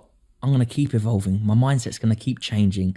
I'm going to keep getting wiser. I'm going to keep getting more knowledgeable. I'm going to keep being honest with myself. You know, and for me, that's my purpose in life. Nothing out there. You know, it's nice to have the nice cars, the nice houses. Don't get me wrong. It's nice to have money. I've had no money, and now I've got money. I know which side I'd rather be on. Okay, that's all. But that's all that comes part and parcel with being true to who you are. And my purpose in life, which is I will never achieve, but which is I find fascinating, is trying to get to the best possible version of Ant Middleton. Trying to get to that, okay? But knowing that I never get to that answer, because I'll be on this constant progression of becoming a better version of who I am. But I never become the best version of who I am, because that's when you're perfect. That's when you're at 100% you, and that's not real. It doesn't exist. But the purpose of getting closer and closer and closer and closer to that answer is such a fascinating journey for me that there's nothing that comes close to it. There's nothing that comes close to it. And whether I have the counselling or the shows that keep coming, or the TV production companies that call me now, and the channels that call, whether I have failures or whatever it may be, all of these, everything that bounces in towards me is something to learn from. And it's a lesson, and I'm gonna learn from it, and I'm gonna grow from it, and I'm gonna get closer and closer to the answer, closer and closer to my objective, closer and closer to my purpose. And that is to try and get as close as I can to being the best version of myself. And I'm fascinated with that. I'm addicted by it. I'm addicted to it. I'm obsessed with it. So like I said, when I get that Thanos moment, I'm like, bring all this negativity at me, bring it, because I'm just churning away at it. Doesn't mean I'm always happy. I'm not always happy. I don't go around sprinkling positive fairy dust. I'm not that type of preacher, right? But I preach, working on your mind to make it positive. Challenging negative situation, thinking, what is negative situation? I've got to tackle it with a positive mindset. Make a concerted effort to train your mindset to think positively, to flip the script from this default mindset where everyone, thinks negatively. And I love working at that. So all of this stuff that you give me, it does. Once because I go quiet, like this last week has been a media storm, and I'll go quiet and I'll be with my family, I'll be with my management. They're like, Ant, you're quiet. And I'm like, I'm quiet because I'm churning away at negativity. I'm not unhappy, don't get me wrong, listen, but I need to be left alone for 2-3 days, maybe a week. There's so much negativity coming in, and I'm chipping away at trying to find the light. No, nothing there. Trying to find the light, boom, bang. And then I bank this positivity, and then the next week I'll be, boom, back to Ant. Do you know what I mean? Back to this positive, naturally positive person, because I've trained my mind to think like that. I'm always in a positive headspace. But sometimes I'll go quiet. Doesn't mean I'm always happy. So don't get positivity mixed up with happiness. Yeah. Because they're two completely different things. And happiness comes from in knowing who you are. It comes from being true to who you are, knowing who you are. And you could be the poorest man in the world, and you could be you could have no one or nothing, but you could still be happy. Or you could be the richest man in the world, and you know the script. One of them's like a general sense of optimism that I'm positive about the future, and the other one's just like internal contentment.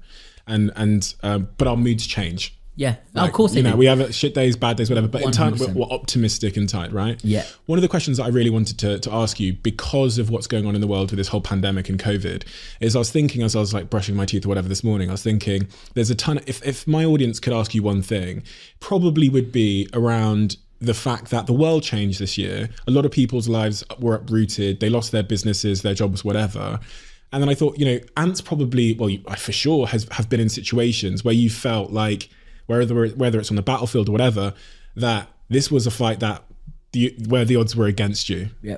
And in those moments, there's winners and losers. And you always talk about mindset. What is the mindset that people need in these moments where the odds don't look like they're very much in their favor? That you've seen from the battlefield, where you've emerged victorious because you didn't indulge in victimhood or whatever, and you does that make sense? Yeah, it 100% makes sense. For me, it hasn't. It's about embracing change. Majority of people, they live their life on autopilot, or they live in the void, I call it, where everything around them is changing. The world is constantly changing. Everything around us is constantly changing, whether it's, climate control, whether it's, in the way that we think, the way that we're evolving, the way that the world is going, the way that animals are evolving, the way that the sea is encroaching or decreasing, whatever it may be. Everything is changing around us, and we are designed to change with it.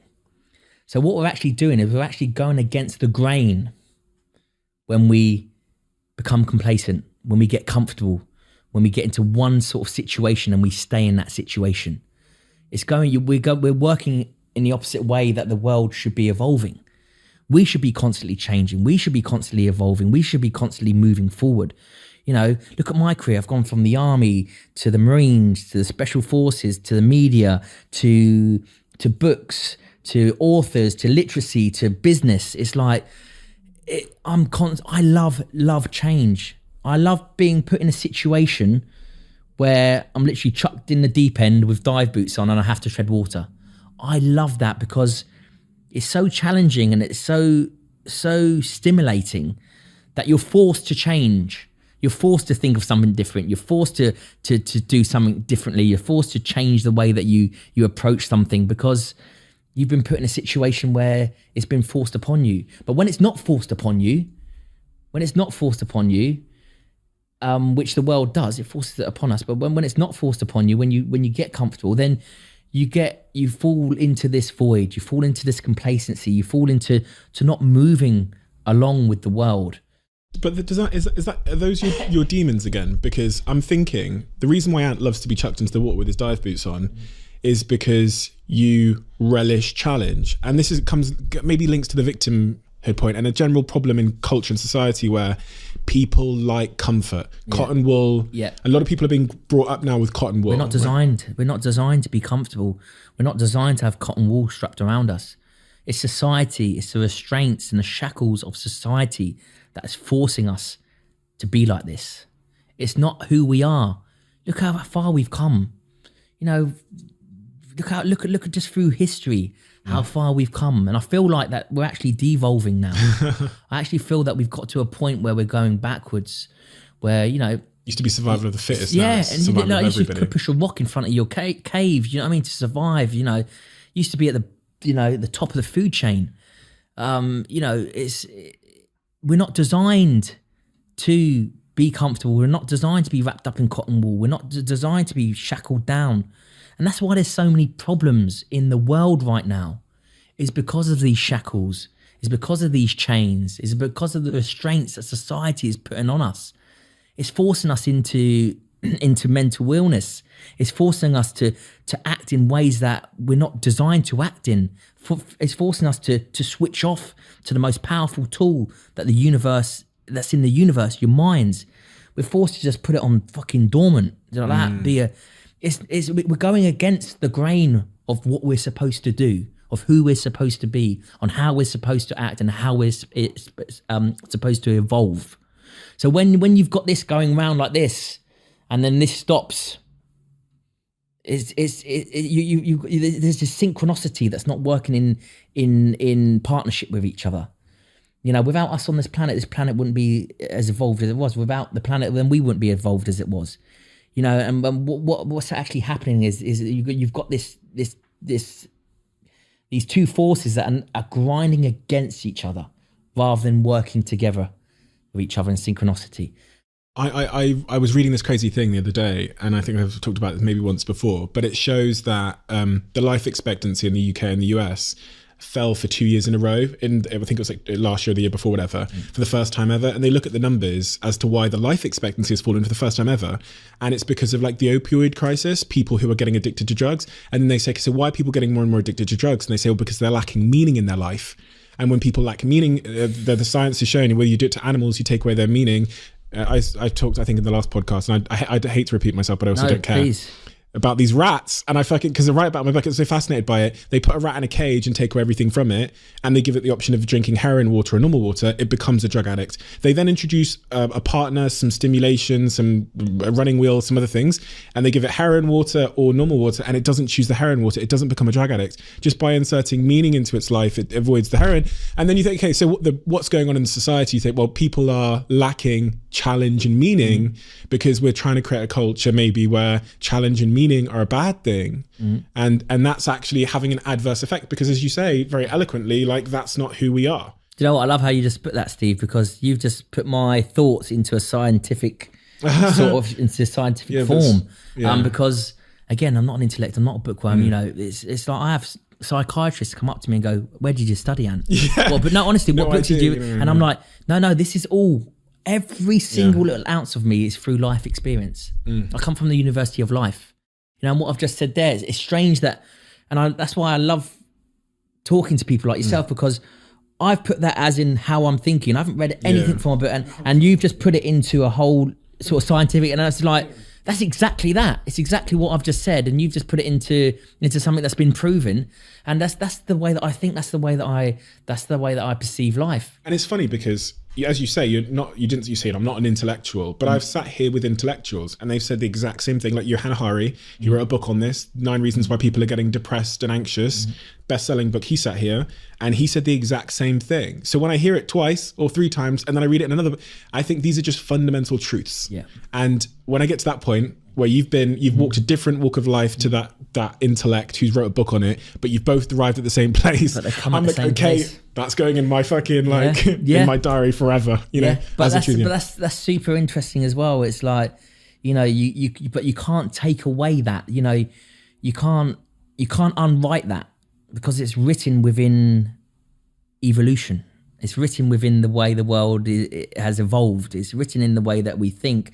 It's written in the organs, the muscles, and the body that we have. It's all here. It's all fucking present right now. Yeah. It's not in a book that we're going to read. It's fucking happening right now. It's here. It's real. This energy source that you are, your fucking energy source, we're energy sources, is synchronized with the planet, which is one big energy source. It's one big ball. And I had a moment of clarity on when I was filming. I've always felt a connection with the earth. You know, I talk about, you know, we can climb to the highest peak of the apex of the world, Mount Everest. We can climb to that because people said, yeah, but we've had to do this, and this in order to get there. You know, working against the mountain. I'm like, no, the way that mountain is formed that's a foothold for you. That's an arm reach for you. That's, you know, it's designed to work with you. So don't look at a mountain and go, oh, fucking, I've got to get up there. It's working against me. No, it's that little stone there that you put your foot on. That's helping you up to stand on its apex. It's helping you up to stand on its summit. And I've always felt a connection with the earth. Always, always, always. You know, when I put my feet in it, when I put my hands in it, you know, I belong here. You know, and I have this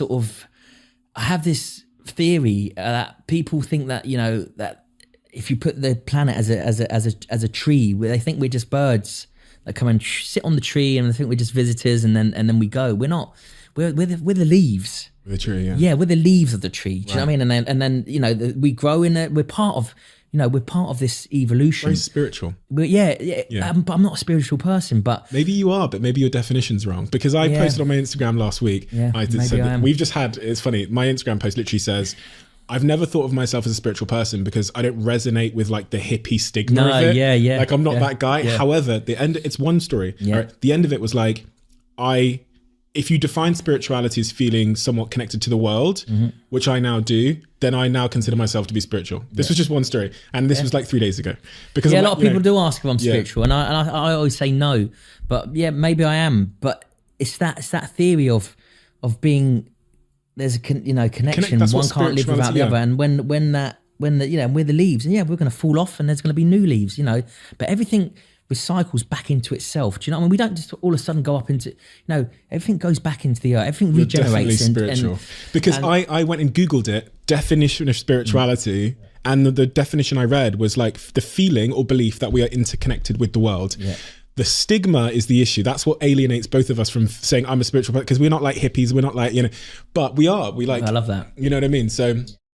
And I going back to this moment where it just resonates, And the reason why I do all these things is I just want to reconfirm that my way of thinking is true to me. Is why I do this, And that's why I put myself in these awkward situations, because it gives a light bulb moment where I go, do you know what, bloody hell, I'm on the right path. I'm getting this right.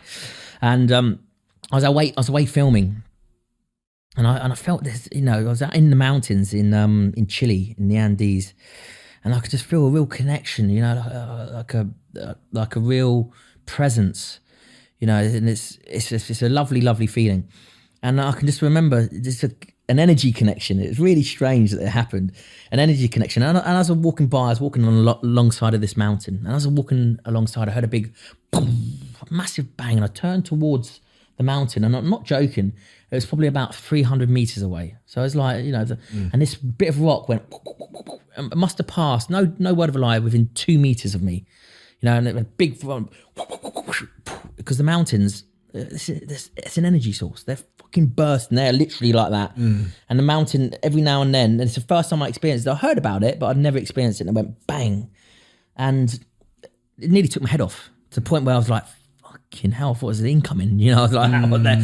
And then I realised, I was like, well, and you see a little bit of mountain fall off, boom, boom, boom. And it's where the energy of that mountain, and, you know, unless you get out and about and you see it, it's like, poof. And I thought to myself, wow, I remember stopping and thinking, I felt that before that, even not that specific moment, but I felt the energy.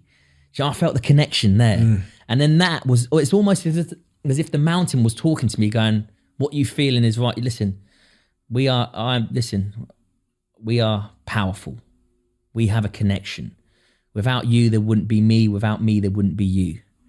And just that confirmation just makes me realize, wow, you know, this is powerful stuff. This is, you know, this is how you should be feeling. Once you're in tune with yourself and connected to this planet, then there's not much that you feel that you can't do. There's not much that phases you in life. There's not much that you won't try and achieve. There's not much that you won't achieve. And I feel sorry, or because I can talk about being in tune with the planet and being, you know, being connected to Mother Earth, but unless you are in tune with that, then you just think I'm talking bollocks. You just think, oh, what the hell is he on about? He's some spiritual idiot, blah, blah, blah, blah, blah. So, you know, this is the personal life that I really keep to myself. You know, I've spoken a lot about it today, which I've never spoken about before. But this is who I am. Do you know what I mean? So there's so much more behind what the media put out and what the papers put out and what the you know, the media agenda is and what they want you to be seen as. And there's this whole life behind me that's the real me. That's who I am. So when any of this other stuff that's made up by other people that comes in from not within, it is so easy for me just to bat off. So easy for me just to go bang, bang, bang. But don't get me wrong, sometimes I work harder at it to bat it off. Sometimes it does stick and you have to go, but it's such a liberating feeling. And I'll always say to people, and this is my, you know, find out who you are. Go on that journey, not of self-discovery, because that sounds spiritual, right? Go on that journey of finding your purpose, of becoming the best version of who you are. Because once you start that journey, you will get addicted to it. It is fascinating, and it will only serve you well. It will only serve you well, because it's a life. I want to live till I'm 150, because say I live till I'm 100. 100 years isn't long enough. I still want more. I want to know more. I want to be on this journey for as long as I can be on this journey. This is what gives me longevity. This is what gives me purpose. I want to be on this journey for as long as I can be. And when I think, the only setback is when I think, you know, I've got another, you know, 50, 60 years of it, it sort of saddens me. So I'm hoping that by that stage we can live to be a bit more immortal, a bit more immortal. Oh yeah, but it's Well, listen, Anne, I think that's a really powerful place to end. And I think that's something that I'll continue to ponder. I wanted to say thank you though, because there are a few people that have the courage in this day and age to be themselves and to speak their mind, and unfortunately it feels like a bit of a dying breed. But you're one of those people. And having spent time with you before we started filming and during this conversation, I got to know. I had the privilege of getting to know who you are a little bit, as you say, and that's a person that I do respect, one that inspires me and reminds me of the importance of following my truer self. So I just wanted to say thank you. Thank you for having this conversation today, and thank you for being yourself. Steve, you're a gentleman. Thank you. Thank you.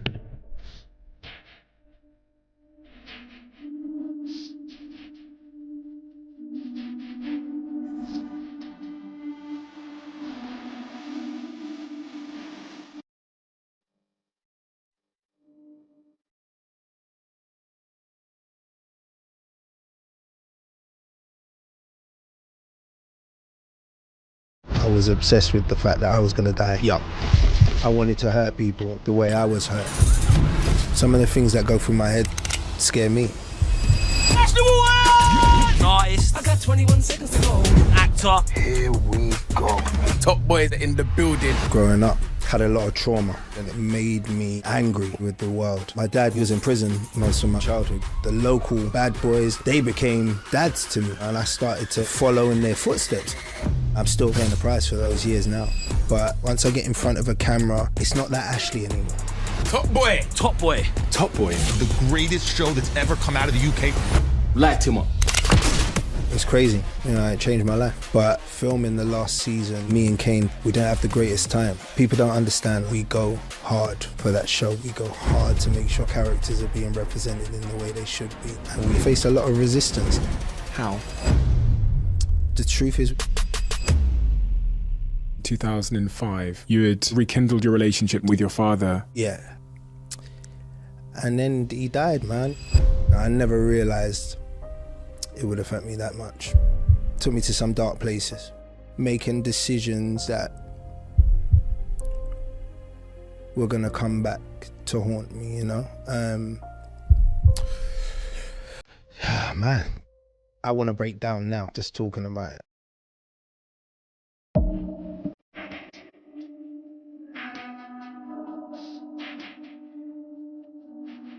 Ashley, I've got an interesting observation that I wanted to start with. The way you speak, the way you've been chatting to me before we started rolling, it almost reminds me of someone who has had a bit of therapy or has done some work on understanding the unobvious subconscious forces that are at play in their life and what you've had to delve into. Because I think, as is often the case in this podcast, I think our earliest context shapes us in a profound way, and it's something that's quite hard to unshape ourselves with, undo as we become adults. So, what is that early context that you've had to reflect on to understand yourself?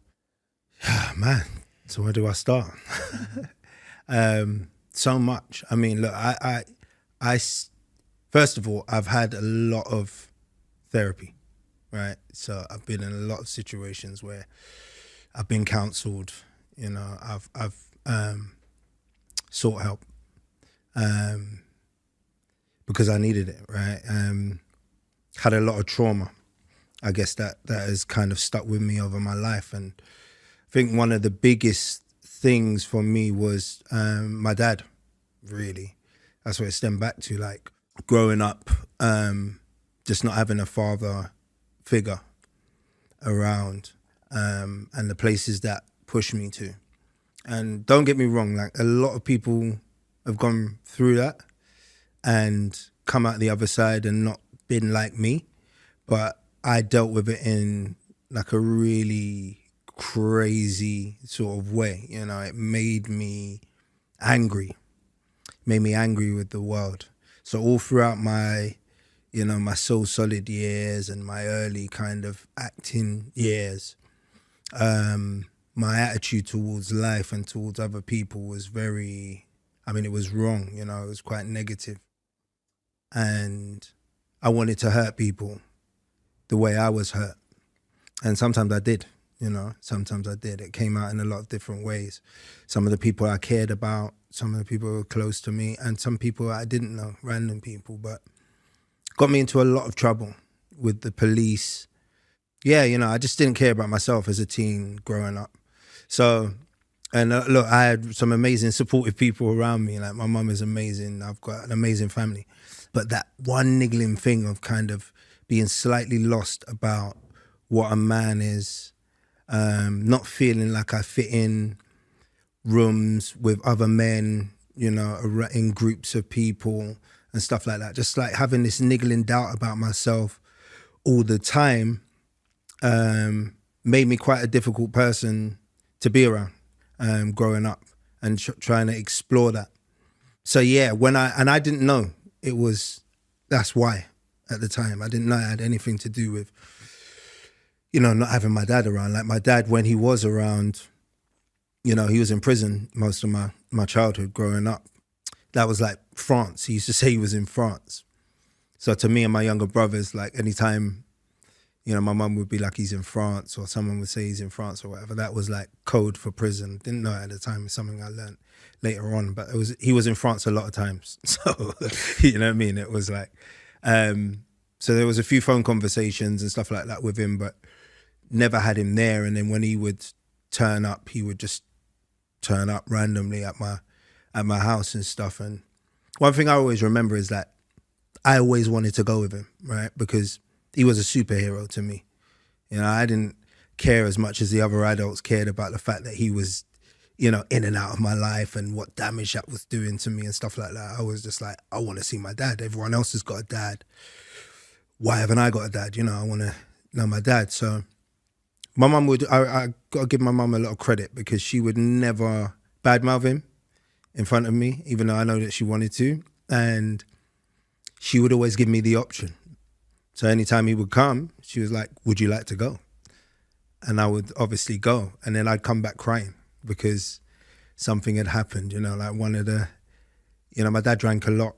I remember one time he took me to a party. It was like a family party. It was like after a christening or something like that. And he got so drunk and they threw him out.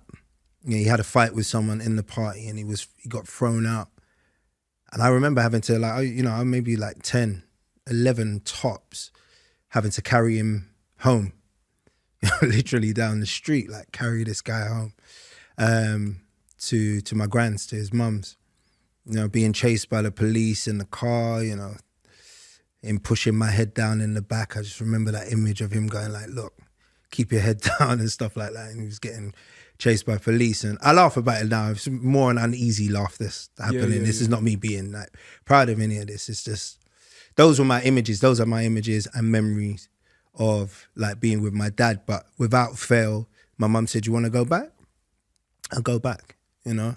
I wanted a dad. He weren't the best dad, you know, but I wanted someone there. And kind of eventually when I realized, when I got a bit older and I was kind of angry with him for how he treated me, it became, I'm going to find other figures, other dad figures, other role models in my community. So the, you know, the local bad boys, the local dealers, they became dads to me. You know, and I started to follow in their footsteps a bit, do you know what I mean? And adopt the same attitude, adopt the same swagger. You know, I think even joining So Solid was never about music for me in the beginning. It was about belonging. It was about like, it was the first time, you know, I was part of a gang and there was a lot of older men in there in that group that looked after me, you know, took care of me and seemingly at the time loved me.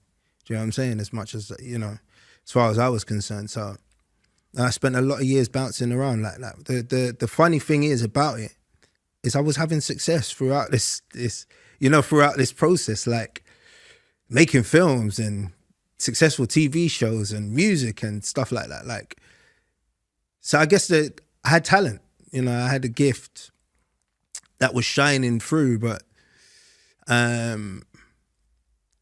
learning how to be a man, I didn't know. You know, I thought that was aggression. I thought that was, don't take no shit from anyone. Do you know what I mean? Don't cry. Don't take no shit. Be hard. You know, try and stand up for yourself. But emotionally, I was incapable of the other stuff that really builds the real picture of what a man is. Where does the anger come from in that situation of like abandonment, needing a father, the father not meeting the expectation that you want him to be? I often hear it with kids, like you're desperate for your father to like be a father, and you repeatedly give them another chance to be that person, and they continue to let you down over and over and over again. And it's funny because I've sat here with like child psychologists and Gabor Mate and all of these geniuses that study children at a young age, and it's funny how the one thing that Gabor said to me, who's maybe like the number one child psychologist in the world, said to me, he was like, children in any context think everything's about them. They're narcissists. So if the parents are arguing, they interpret that as something about them. And if even in the context of what you've described, your father's behavior there,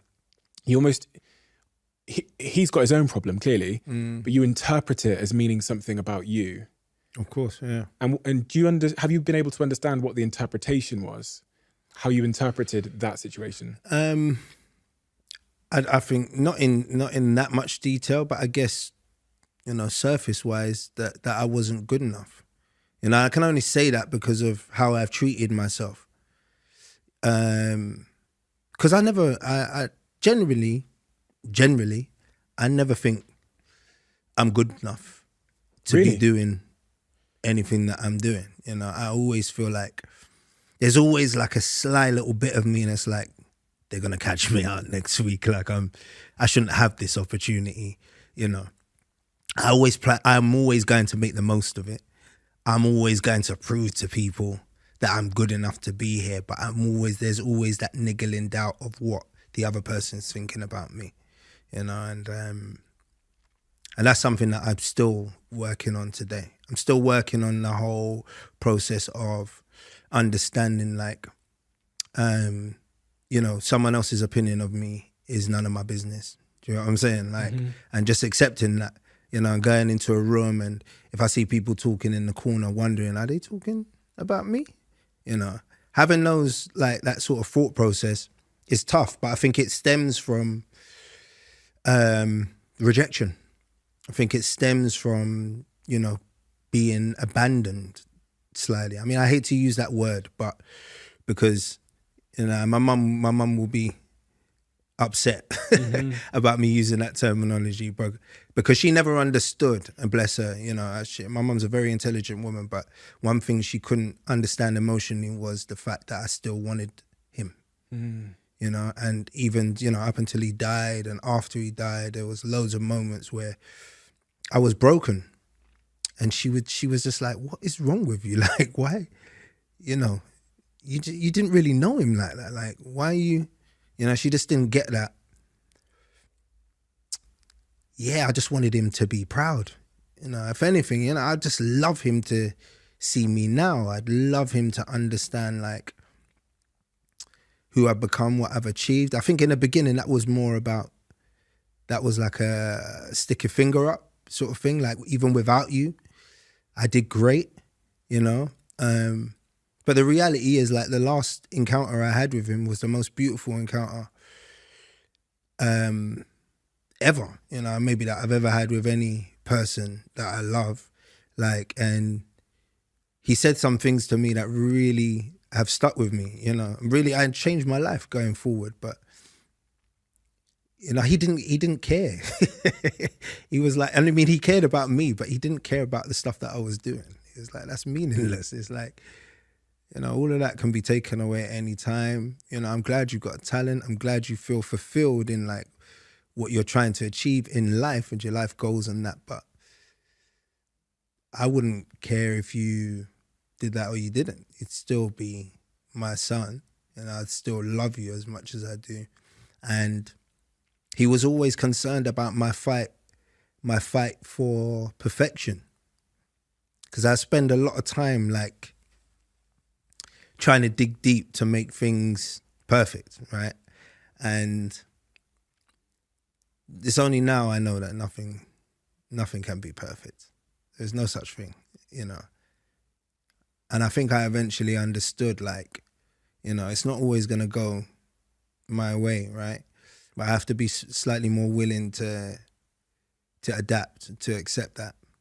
And when I have been more willing to accept it, good things have happened, you know.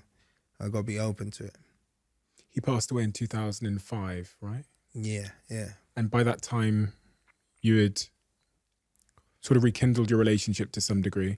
When I was reading through, I think it's So Solid, page 12, you referred to him at that time as a waste of space, which I guess was a reflection of how you were feeling about him at that time. Yeah. I mean, it's so funny you bring that book up because I won't even read that book. Really? I don't even think I've ever read it, if I'm honest with you. And I mean, there's not that much to read, if I'm honest. It's a lot of pictures, but yeah, probably that's how I felt for a lot of the time. I think those last 2 weeks when I was shooting Get Rich or Die Trying, I was in Canada. He forced his way out to come and see me because, you know, he knew how I felt about him and he knew he only had weeks left to live. And he was like, look, I have to come and see you. And he came, and he lived with me for those like 2 weeks.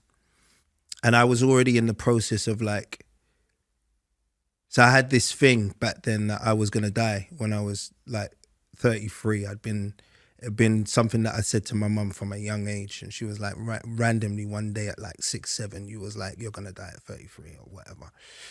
And she was like, I don't know where you got that from, but you've been obsessed with that.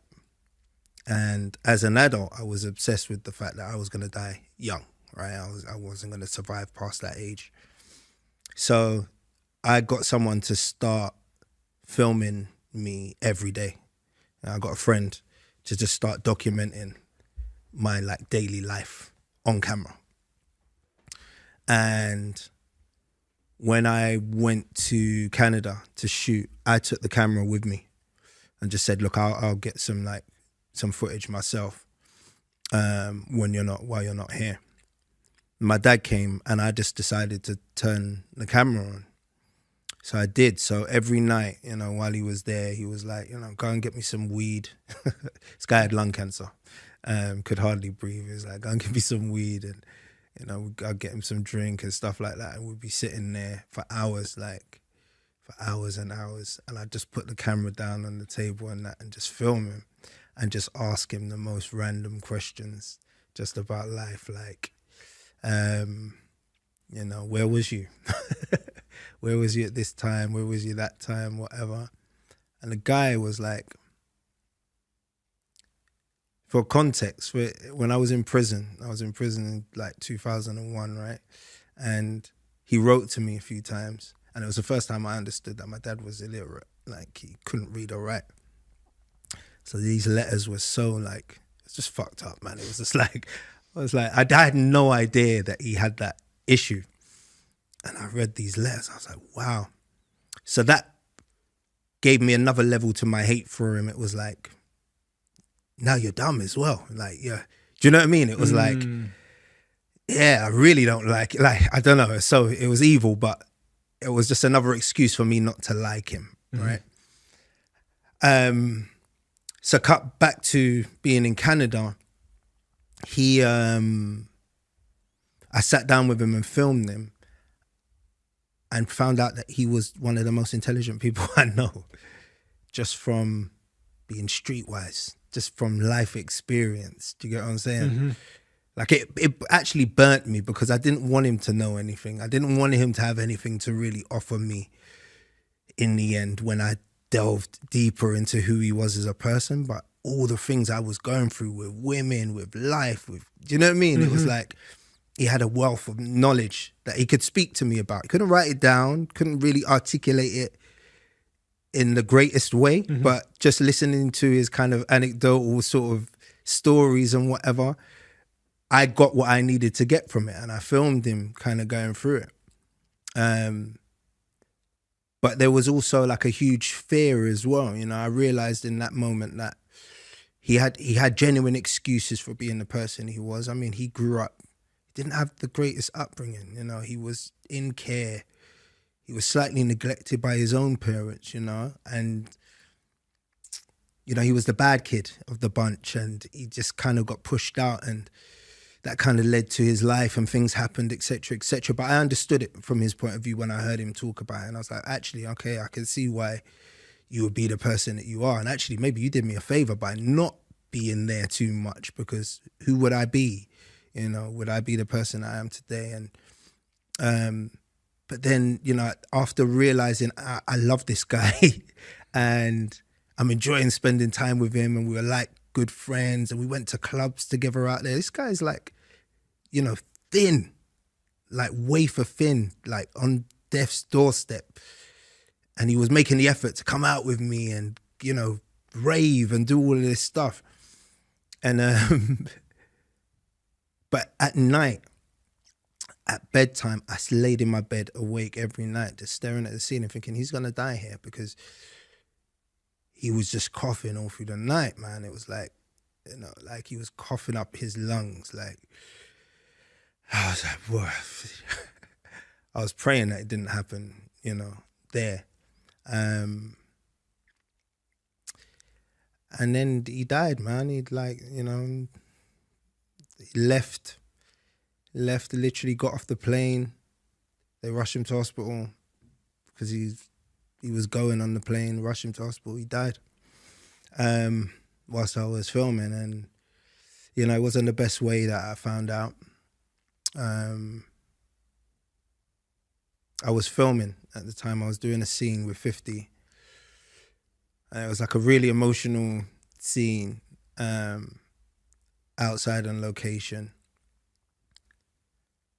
And the vibe just changed on set. Like, you know, in between takes, everyone stopped talking. It was quiet. It was like this. And like, the producers were just like looking at me. And I was like, nah. I knew. Do you know what I mean? Something had happened. I knew something was wrong. And they was like, look, we're going to take a break. Just go and call home. You need to call home, Ashley. So I went to my trailer and called my partner at the time, and she was like, I'm sorry, man. I mean, he's gone. So it's tough. It was tough. It was a tough moment. It was a tough moment. Yeah, and I was broken. I was broken. I never realized it would affect me that much. It broke me. And crazy, but the one thing I remember from that moment is I went to my trailer, I broke down. Some of the actors came, like Joy Bryant, she came in and she was just like, just hugged me, and I was just crying and stuff. And 50 came in and was, and he won't remember this, and I know it wasn't malice or there's any bad intentions, but he was like, I'm sorry to hear about your dad. And then just started talking about a scene to someone, you know, when someone's like, sorry to hear about your dad, man. Anyway, whatever. And I was like, you know, talking to him after, it was like, he's been through some shit, you know, that's made him really like, but I hadn't been through anything like that. No, at that point, that was my first real kind of close encounter with death, like, and just having someone that meant so much to me pass away. But my first instinct was, you know, to work, to continue working. I continued working. I flew back for the funeral for literally one day, did the funeral, and then I left. I went back to work. I just plowed through and I didn't grieve. And I haven't. You haven't? I don't think I have. You know, I don't know what you call it. Because even like now, I want to break down now, just talking about it. I don't know, it's just like 2005, right? It's like 18 years or whatever. So, I mean, is that an indication that I haven't dealt with it enough? You know, I don't know. The feelings you have towards his loss, are they complicated? Are there unanswered conversations? Is there any regrets in there? What were those feelings? Because your mother, as you said, was surprised by your reaction to his loss. From him dying, I went off the rails a bit. You know, I went off the rails a bit in the sense of my ego took over and I lost any sort of spiritual connection that I had with life or the universe up until that point. You know, I'm never been the most religious person, but I've always been a believer in like the universal law, right? Like in if I give, I will get. You know, in the way that things are meant to be. You know, anything that's happened in my life has been manifested in some sort of way. You know, when I wanted to be in Soul Solid, I knew who Soul Solid were before they knew who I was. You know, and I looked in the mirror one day and said, I'm going to be in that group. You know, and that was I was a little boy on the streets, working out ways to be, and the universe constantly bringing people around my situation that was connected to that situation, that was bridging the gap for me, you know. So I only had to be, I only had to, you know, focus and believe or whatever. So I believe in all that stuff. But when it come to when my dad passed, I lost a lot of those beliefs. I lost a lot of that understanding, and I became slightly like, yeah, just lost, you know, lost. I was, you know, I drank more, I cared less about myself, about where I was going, and about, you know, what I wanted in life and stuff. And yeah, that led me on a different sort of journey, you know. Took me to some dark places, if I'm honest. Dark places. Yeah, man, just like definitely not making decisions, purposely making decisions in life that were gonna come back to haunt me, you know? Like, I mean, a big thing for me was like my relationship at the time. I gave up on, you know, I gave up on it. I became quite like promiscuous, you know. I abused the celebrity that I had, you know. Like I gave into the temptation that was around me a lot more, you know. And I really hurt my first partner by being that person, and actually that resulted in me having 2 kids out of my relationship, you know. So 2 of my children, who I love dearly, you know, came from that situation. But I think that was like a big part of my, like, you know, my reckless sort of rebellious sort of attitude. And I mean, the only way I can put it is that I came before everyone at that point. You know, me and my ego, and like the world revolved around me. And I think before that point, even though I did have moments of being quite wayward and whatever, I was still caring, loving Ashley, you know. That's how I grew up. But yeah, I definitely came out of my box from that point on. And I guess to me at the time, it was like, you only live once, you know, I don't fear anyone, whatever happens, happens. It was that whole thing that was going on. But yeah, I'm still paying the price for those years now.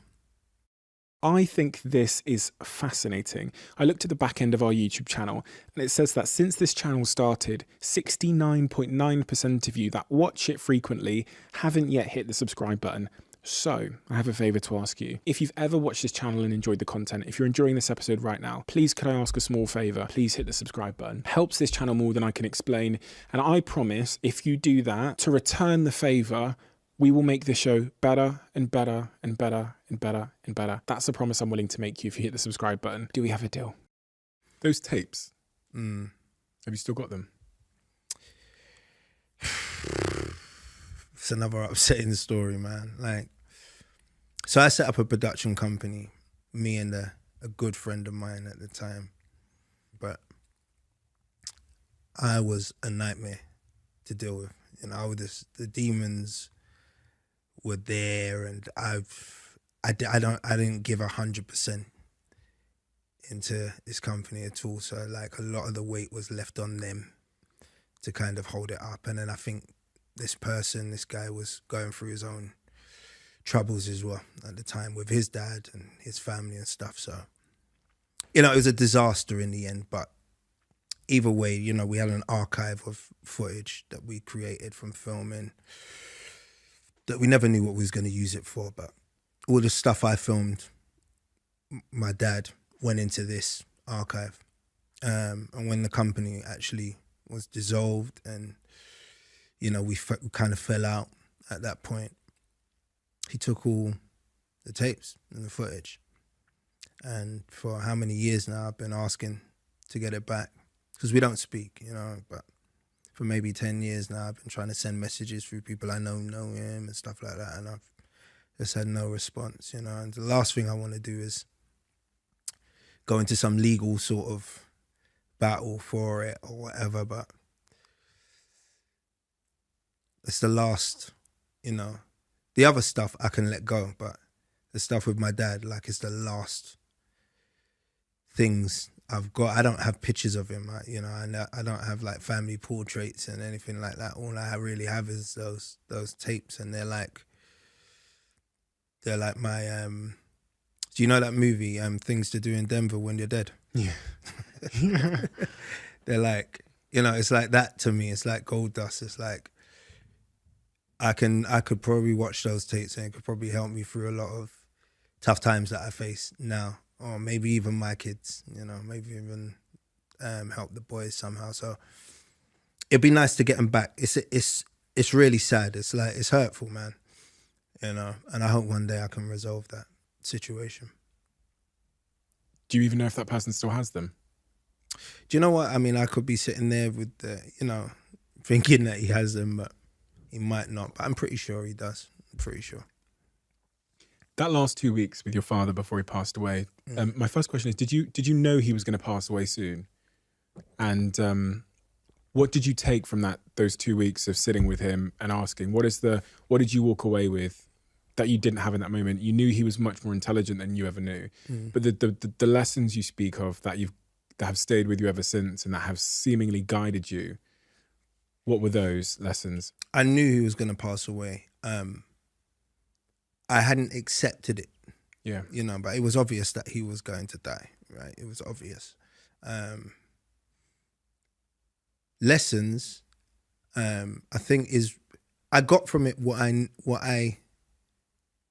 of the key things I needed. And I think one of the key things you need from knowing your dad is knowing where you come from. I think that's it's just such a key point in being a dad. Like, if my son can look at me, I can look at my son and kind of, he knows who I am, he knows where I came from, he knows what my values are, you know, what I expect of him and stuff like that, then I think it makes it easier for him going out there to be just a person, to be a human being. When you're constantly looking for that reference point, right? You're lost, you know, and when I spent those 2 weeks with him, I kind of got a better understanding of, oh, okay, this is why I do that funny thing with my eye when, you know what I mean? I'm lying, or this is why I feel this way at this point. And, you know, he was powerful as a man. He didn't have anything. But he oozed some sort of confidence and charm, right? That you can't buy, like, you know what I mean? And I felt that and I saw that in him, and it made me understand about, I should feel more like that by myself. Do you know what I mean?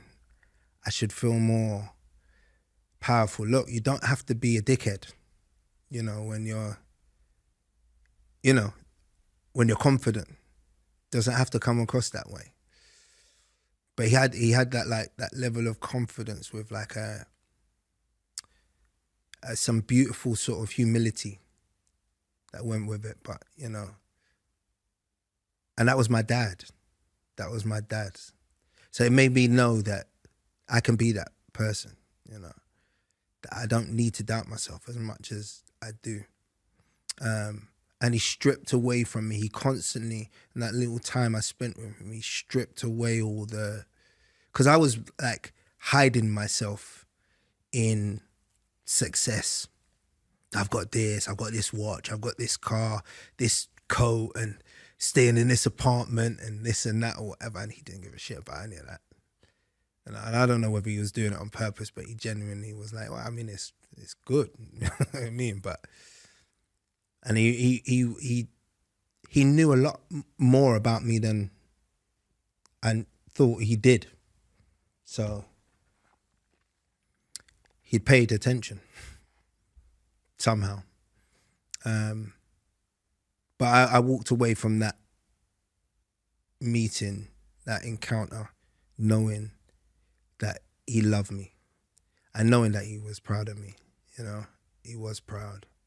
And that was good enough. What would you say to him if he was listening now? I think I didn't tell him thank you. I hope he didn't get on that plane feeling like, you know, feeling like I was still unhappy with him. Because I treated him quite bad, you know, especially when he was going through his cancer. When he told me he had cancer, I was like, whatever. Like, I don't even believe you. You're probably just saying it because you want me to talk to you. You know, that was my attitude towards him in that period of time. That's how much anger I was holding. So, you know, I let go of a lot of that whilst we was together. But I do wonder if there was any doubt in his mind when he left, you know, because I couldn't, you know, it's not like I was like, you know, all over him and touchy-feely and kissing him and, you know, rubbing him and stroking him and stuff. I still kept a bit of a, you know, a toughness about it. Like, I'm not going to let you in like that, you know, but I do hope that he could read between the lines and know that I'd soften slightly and like let him in a bit. If you could see all the success you've had now, what do you reckon he'd think? All that you've done? He'd probably try and tell me, like, you know, he'd be like, you're not doing this right, you're not doing that right, you could improve in this area and that area and whatever, but we'll probably butt heads about it. But, you know, that'd be all good. I'd take that now. In hindsight, you know what I mean? I'd take it. You try and be your dad. That's what dads do, right? I mean, that's it. Yeah. That's it. Mums do the same. Yeah. I do envy some of my friends that I know. Like, I've got really good relationships with their dads, and you know, their dads have looked over their contracts and stuff like that. Do you know what I mean? I've been a major part of their life. You know, I'm determined to do that for my kids if they ever need it.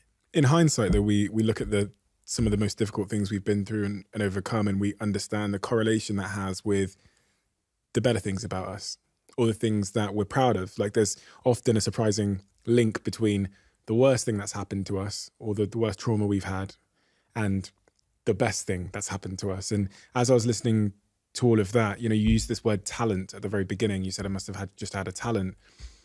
But I'm not necessarily sure what you mean by talent, because you grew up with an ability to have that talent in multiple areas. You had it in music, you had it at acting in a very young age. And there's part of me that wonders that, you know, about the link of the things that you went through and the circumstances you were in, and how that left you with this trait you described as not quite ever thinking your work or you were good enough, how that actually all played into your drive and ambition to go that extra mile, to work that extra hour, to spend an extra hour in the editing studio. And I often see in people that when they have that feeling of, like, some call it imposter syndrome, I don't like the term, that they actually produce better work because they end up becoming the perfectionist that your father told you not to be. So it's interesting that there's a correlation there. And well, if I asked you, you know, because I was looking at this and you started acting super young, I'm wondering how it's possible that at 15 years old,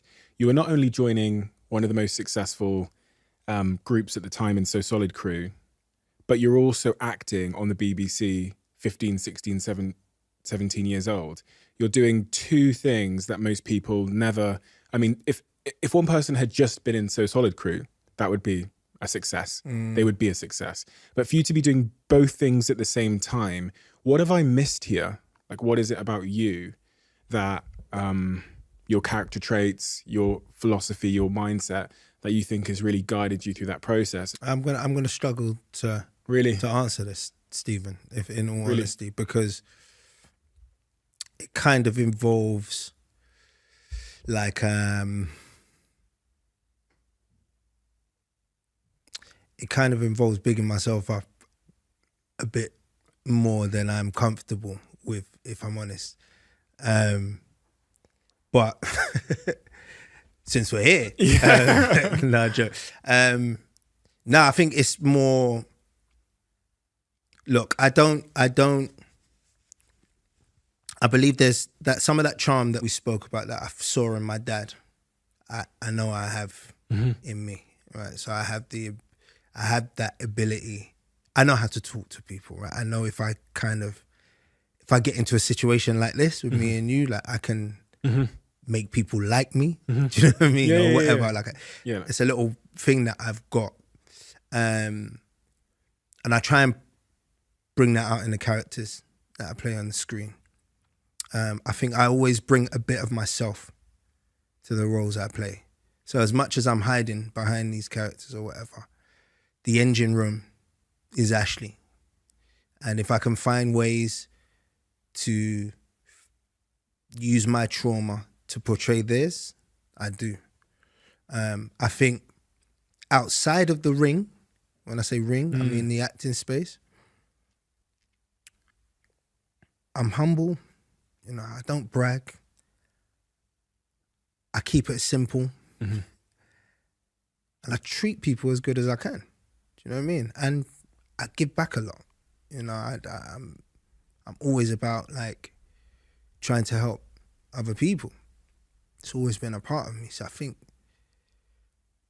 that's helped move me forward. And I think especially in like within the Black community, you know, where I was one of the first to kind of break through when there was only a few Black faces on screens, and a lot of Black people that are, you know, maybe in their 40s now have grown up watching me. That's the Ashley that they know. You know, I think I've always been quite accessible. I've never like turned my back on, you know, where I came from, you know. For some reason, in some way, I've managed to stay in that place where it's like, oh, it's Ash. Yeah. You know what I mean? I'm like, you haven't lost sight of yourself. Yeah, it's like people are comfortable around me. This is why, like, still to this day, you know, a lot of people are like, bro, why are you just walking down the street? Or why are you just on the train? Or why are you just sitting in this? Like, because I can. Because people don't really, you know, they don't really want to, like, I don't have the, do you know what I mean? The Justin Bieber effect on people. Like, you don't have to shut down stores or whatever when I come in. Like, people look and stuff like that. But it's like, I just feel like they're used to me. Yeah. You know what I mean? And I think, like, I mean, I'm straying off point a bit, but I think, like, all of this, as part of my character, as part of my personality, ties into why I've been working for so long, you know, why I've managed to maintain relationships in the industry, and why I have a solid, like, fan base, you know, a solid base of supporters that will show up to my shows, to watch my films, or watch, do you know what I mean? Why people still invest in me. Yeah, it makes sense. And we often don't think about the role that people skills will play over a long period of time. But it's like a force that's it's like an invisible force, like your reputation in terms of how you've shown up for people, that will, when you zoom out, will catch up with you either way, for better or for worse. You know what I mean? Yeah, that's it. We call it like invisible PR. It's like how you've treated people along the way. Well, and people don't often focus on that because there's other things they might try and focus on. But that force, that's kind of just making sure people call you when there's that opportunity, or they recommend you in a room you're not in. And that all comes down to everything you've just said there. If I'm honest with you, it's helped me so much in the sense of I've made mistakes along the way. You know, I've made mistakes that have not necessarily been public mistakes. I'm never say that I'm a perfect person. But when I have made those mistakes, people that have known me have supported me. You know what I mean? So because, you know, I've been good. I've been good to people. Like, so, you know, when we live in a world today where, you know, any minute people can turn their back on you. Any minute people can, you know, cancel you or whatever they want to call it. And, you know, it happens day in and day out.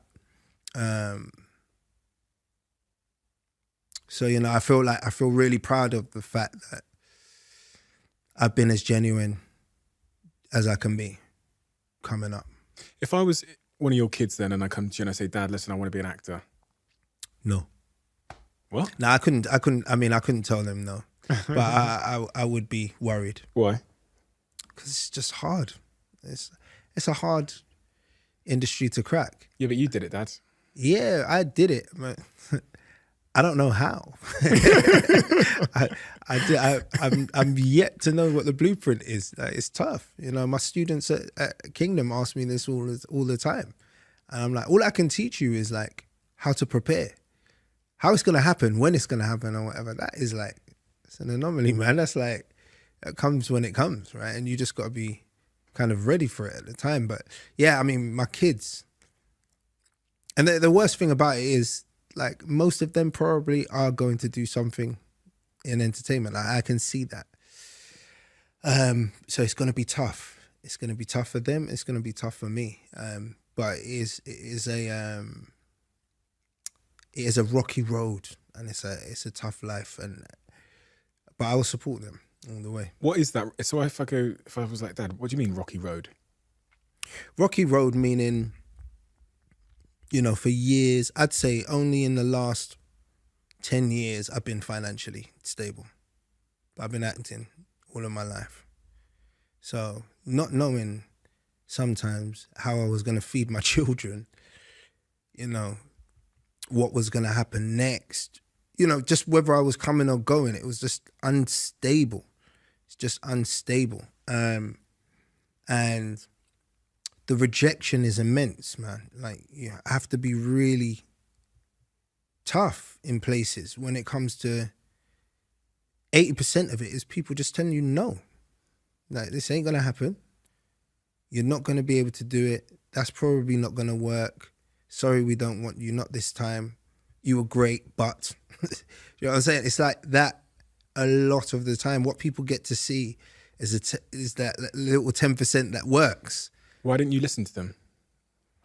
Because I spoke to someone close to you and they told me, they said, it's funny because earlier on you went, you weren't good at saying no to people, right? Because you said you have these people pleaser tendencies. But when I spoke to people close to you, they said, you're not good at hearing no either. As in, if someone says no to you, it turns into drive and motivation. Yeah, well... So why didn't you listen to them when all these people rejected you and said, no, it's not going to work. You're not going to be in this movie or this thing.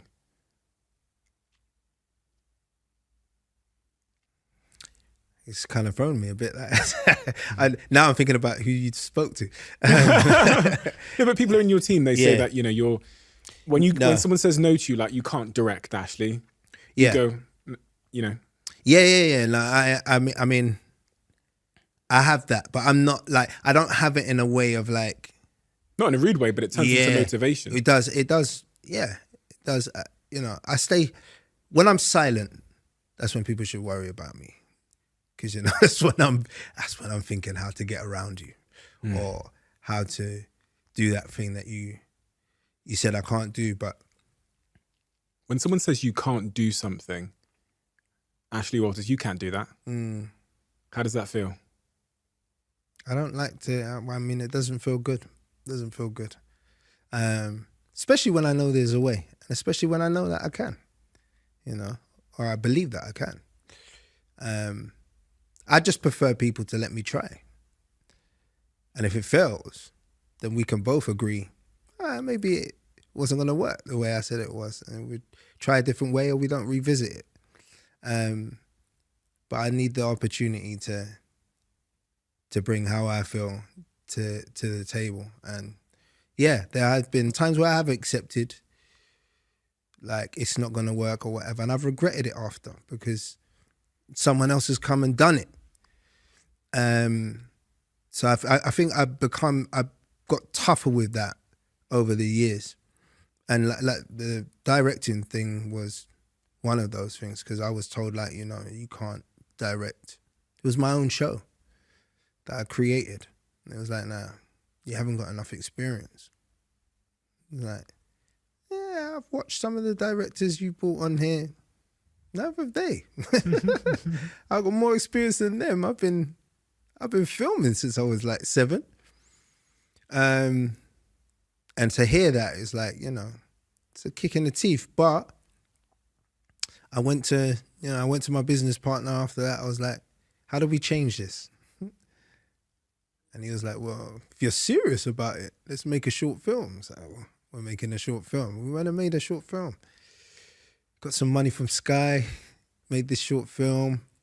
And that came out. But I think actually what happened in that process was I liked it.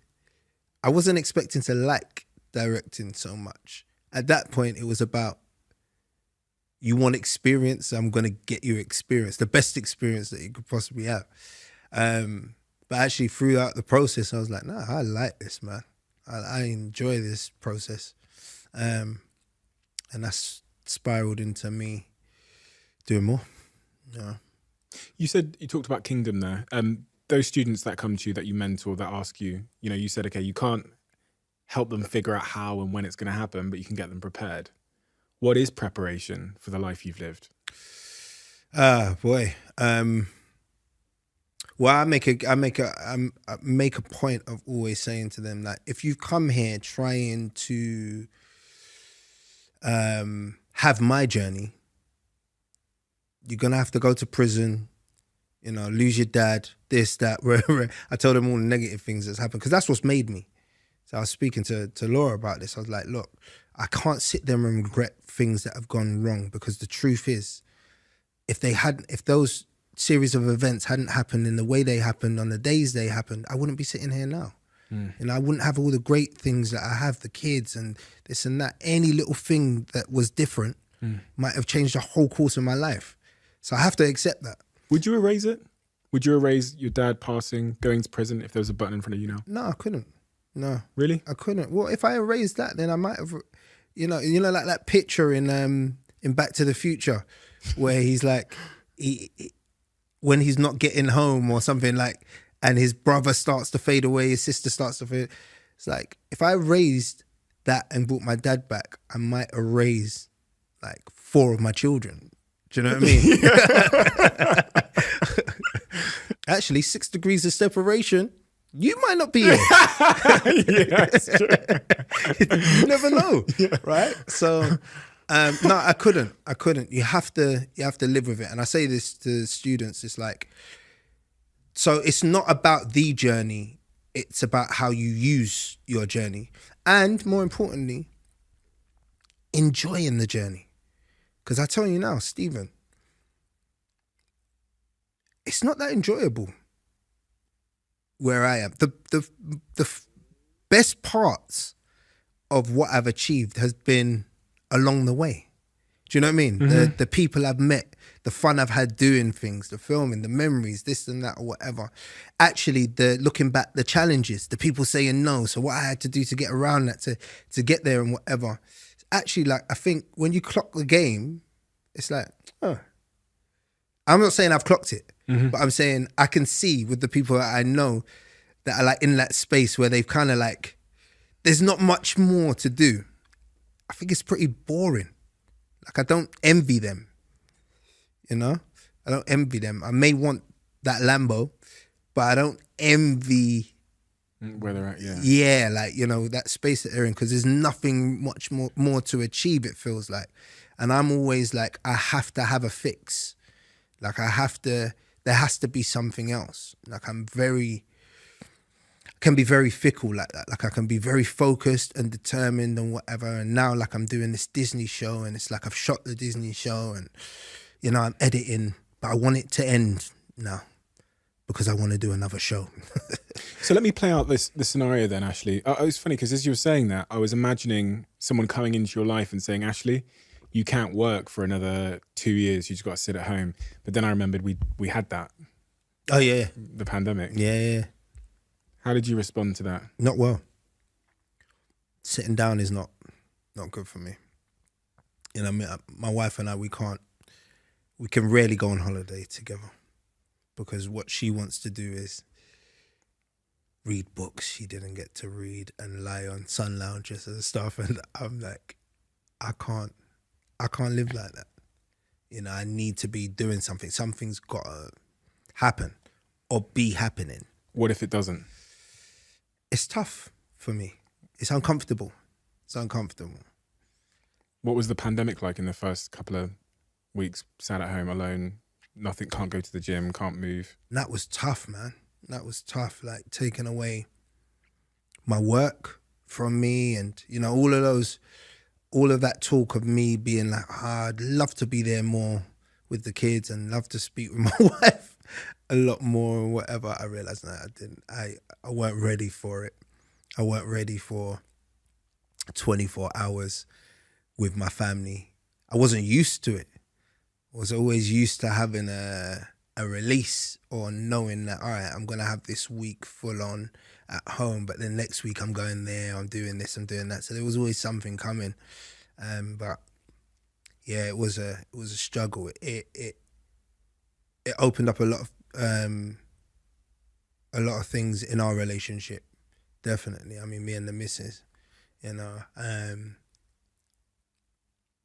we dealt with a lot. You know, we argued a lot throughout that period of time. It was tough. There was a lot of things I didn't realize irritated me, you know, maybe about her and vice versa. You know, she realized there's a lot of things that irritated her about me, I guess, because we're spending so much time together. If I was a fly on the wall in your household at that time, what Ashley would I have seen? In that first couple of weeks? Yeah, I mean, them depressed. You know, they were sad. Depressed? Yeah, slightly. Yeah, not worried about the state of the game, worried about where we was. I mean, I was one of those people that was worried as if am I going to die? Do you know what I mean? That was like one of my first thoughts. Like, did you have a breakdown? No, I don't think I had a breakdown. I kind of know where I mean, I had a moment. Yeah. I did have a moment because I think the pressure of not, like, it was hard for me not to have the choice to work. Like, it was hard for me not to have the choice to do certain things with my life. You know, and yeah, it took its toll on me. I don't know if I'll go as far as saying I had a breakdown, but I was very depressed. I was very low. The reason I asked the question is because someone who, I think you remind me of myself in many ways, where I think at some level I'm getting some of my self-esteem and some of my self-worth from my work. Like, by being successful in my work, I think I feel like I'm good in myself to some degree. It's probably an illusion, but it makes me feel that way. It's probably the same reason people buy Lamborghinis. Like, it is an illusion. It's not going to fill the void, but it keeps me stable. The chaos keeps me stable. And that's why I ask the questions, because it's one of those moments in our lives where, for someone like you, where your work requires you to be on sets. Yeah. Mine I could still do from my laptop, right? But for you, you have to be on sets, and all that stuff shut down. We locked down. So how does one? Because I'm guessing here that you have the same relationship with your work on some level, where it makes you feel like you're good. Yeah. Like you're enough. Yeah. I mean, yeah, you're right. You're hitting the nail on the head. I mean, I can't articulate it any better. I guess that's what happened. It stripped a bit of me away, and I became a civilian. Do you know what I mean? It was like the little part of me that made me slightly different to the people around me had been taken away, and I just had to be Ashley and actually sit with my thoughts and deal with my flaws, you know. You'd spent a long time distracting yourself. Yeah, 100%. But it became evident. You know, I was drinking a little bit too much. I smoked a lot. You know, I was biting my nails. I know these things sound stupid, but to me, they were like things I'd never been able to conquer, and became more apparent and evident where I had nothing else to do. Sitting with yourself and sitting with your thoughts. How's that for you? It wasn't great. It wasn't great at the time. It's not. I mean, it's not always great now. I'm a strong believer in that. That voice in my head is a mug. He's not the right person for me to be listening to. Really? I don't believe anyone should listen to voices in their head, if I'm honest with you. Your head it's an extension of you, right? It's going to be trying to it's bias. Mm-hmm. It's going to be telling you, majority of the time, telling you the shit you want to hear, telling you stuff that's not really happening, but, trying to justify. I just think, Why is he a mug? That voice in your head? because he's made me make some terrible decisions, in my opinion. Now nowadays I try to quieten the voice as much as possible, right? And connect. I think that's the most important thing to do. Like if I'm sitting there thinking something and I don't know the answer, something maybe emotional, something, it's like, it makes more sense to call my mum or to call someone else, you know what I mean? Or to open up to my wife about it and go, hey, what do you think about this? And get someone else's perspective and then make decisions. But I feel like, as emotional creatures as we are as humans, and we, a lot of the moves that we make are based on, emotion, anger, fear, jealousy, this, that, whatever. I just think you should never be making decisions in that frame of mind.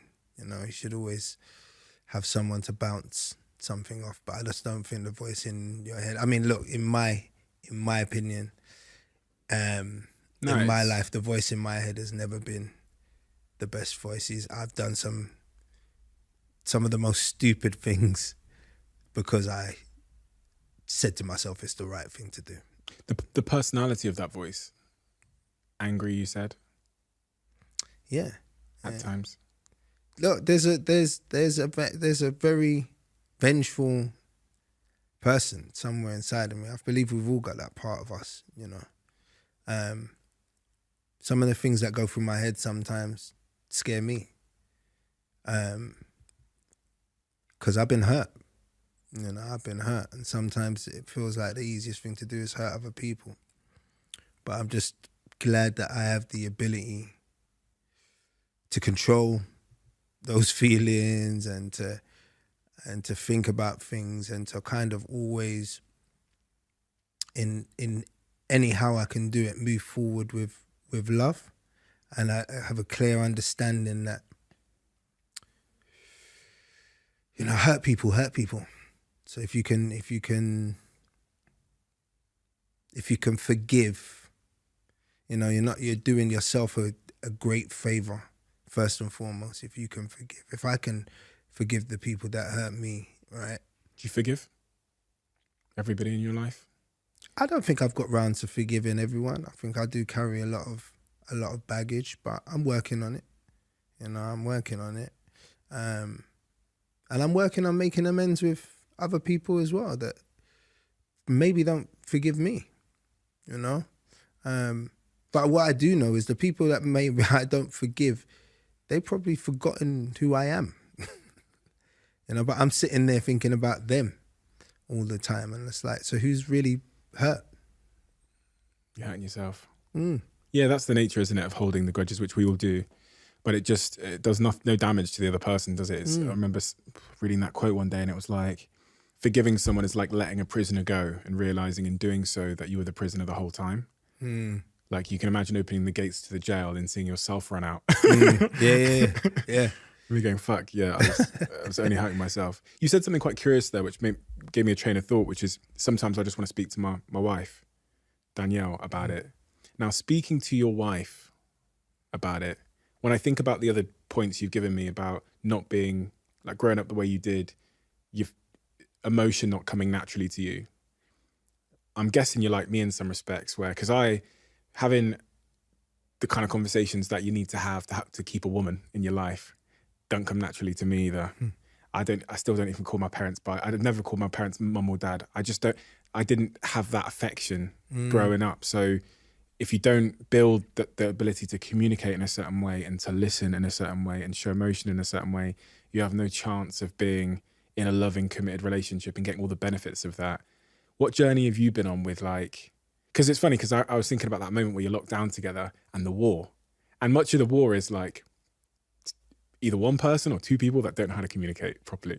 Yeah, that was the war. The war was because Dan is like, she's the most loving, caring, tactile sort of person I've ever met in my life. Like, to the point that when I first met her, when we first started dating, I met her a long time before we started dating, right? When we first started dating, and I met her family, and I saw how her family are together, like, it made me sick. And I know now it was jealousy.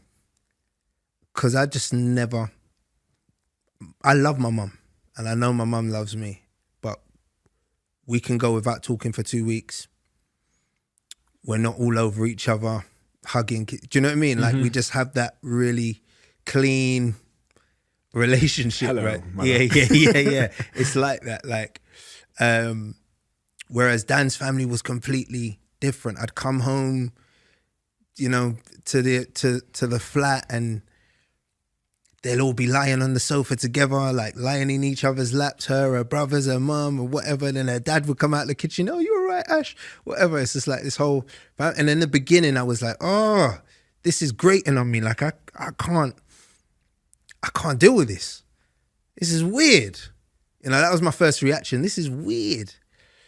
But I've learned to love it.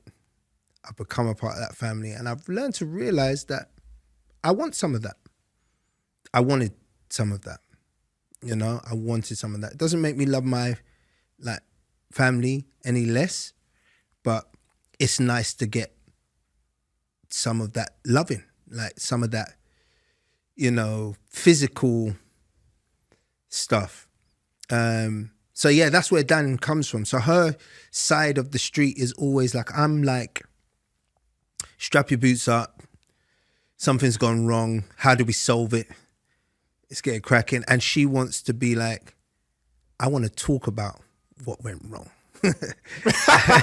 And not do anything about it. And I just can't understand. Like, sometimes we're like chalk and cheese. I'm just like, you want to sit here for an hour telling me How you feel? And I don't get that. And I do have to, like, I need to understand that more, slowly but surely. And like, I'm getting there, slowly but surely. I'll come a step closer, but I'm quite, you know, I can be quite cold as a husband, and that doesn't work with her. And she's a feisty woman as well, so she's not scared to tell you. It reminds me of myself and my relationship, but at the same time, I know that that's exactly what I need. Because imagine if I was in a relationship with someone like me, it would be all too one way. So it's almost like the other person is a counterbalance, and they're pulling a side out of me that's actually beneficial for me. And I've seen it's beneficial for me, but I ain't given it willingly. Yeah. You know what I mean? I'm kicking and screaming. I'm kicking and screaming. She's going to be cracking up at this, because I don't even know whether she understands that I know. That's how I am. And so, you know, but I get it, and I struggle with it, but it's something that I like, you know, on a daily basis. I'm just trying to give it more. And you're right, you're completely right. It's like, it helps me in everything else that I'm doing, kind of bringing that side of me out. Do you have any ideas why where that came from. I guess in one respect, I think about it in my own context. I go, I never learned that. No one ever told me that. So it's like alien behavior. But there is a part of me that at a deep level, I feel uncomfortable with it. Like there's something about when my girlfriend wants to sit down for an hour and talk about how she's feeling and the situation we're in and stuff, where I kind of get a bit of an allergic reaction to it. And I kind of want to run, and I kind of just want to like, what can I do to fix it now? Like, do you know what I mean? Yeah. What can I press, buy, say, just to end it, to fix it? Because something about me feels uncomfortable sharing my emotions. Is it a defense thing in me? You know what I'm saying? Like, is it, or did I just not learn how to do it? Or is it both? I think it's a combination of both. Like I know for me, I definitely haven't learned how to do that. I don't know how to.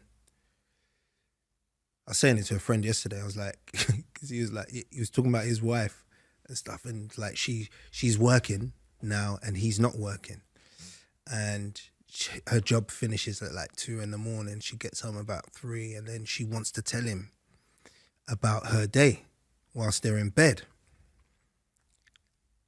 and he's like, he doesn't want to hear it because it makes him feel like he wants to go and beat up her boss. Because, you know, the stuff that she's telling him is like, so he gets angry about it and it's like, starts to hold resentments or whatever. But he keeps his mouth shut. And I said, I can't do that. Because what happens with me is I cannot just listen. Do you know what I mean? I've worked that out now. Like it burns me to keep my mouth shut because I want to solve it for you. You're a fixer. Yeah, I'm a fixer. I feel like that's what I need to do.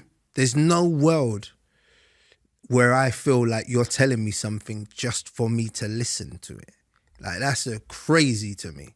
So I feel like when you're telling me something, it's like, all right, so you want me to, you know, you could be just saying, I walked down the street, I fell over or whatever, and you know, that happened like last week or whatever. So I'm like, so should we book an appointment? Do you need to, should we x-ray your foot? Like I need to do something. And I think the key to, you know, but that's, my mum has been like that. You know, my mum was, shut up. How are you going to fix it? So you learn. Be quiet. What, you know what I mean? What's your next steps? How are you going to make this? What, you want to go there? Write me a business plan. You know, that's what I went through in my life. Communication was for the precursor to take some action. Yeah. It wasn't as a way to connect. Yeah, it weren't about, so let's sit down and just talk about each other's days. I was like, God, that must be difficult. In terms of like, if I'm Danny, your partner, and she comes from that background, she must have taken her a lot of work to understand you, that it's not that you don't love her.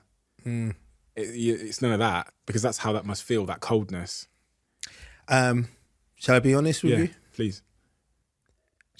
It feels like that to her now.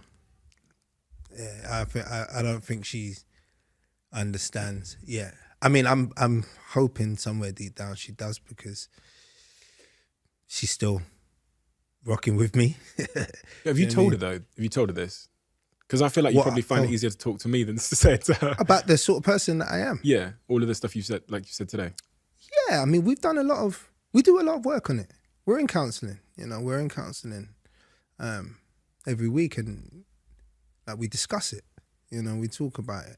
I think the issue has been, up until that point, being in a room where someone's slightly mediating and helping to pull things out of you.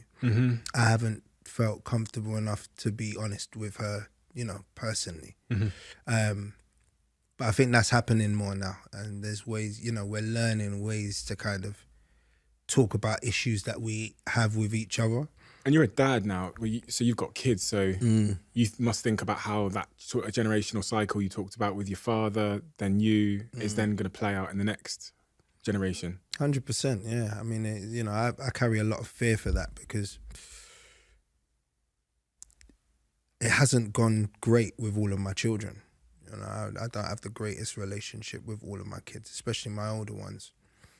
You had those when you were 17, those kids at 17, Yeah. 18 years old. Yeah. You went to jail at 19 years old. So you were absent for much of that period. Yeah, a lot of the first bits of their life, and then when I wasn't, I was out. You know, I was touring, I was doing music, and then I was acting, and then I mean, if I'm honest with you, a lot of the other times, like I didn't care enough. I didn't, you know, I cared about them. I loved my children, but I didn't want the adult responsibilities that came with it, and I didn't want to sacrifice, you know, what I needed to do in order to give to them. So for a long period of time, I was like, I was not there in the way that I should be, and I know that I felt I'm slightly paying the price for that now. What is the price for that? I feel like there's a slight distance between me and my older kids. You know, there's a lack of trust there, in feeling sometimes like, you know, why didn't they come to me about that? Yeah. You know, Yeah. that's for me that's a dad thing it's a dad conversation to have. And it's what I think I passed on my distant kind of ways to them. Okay.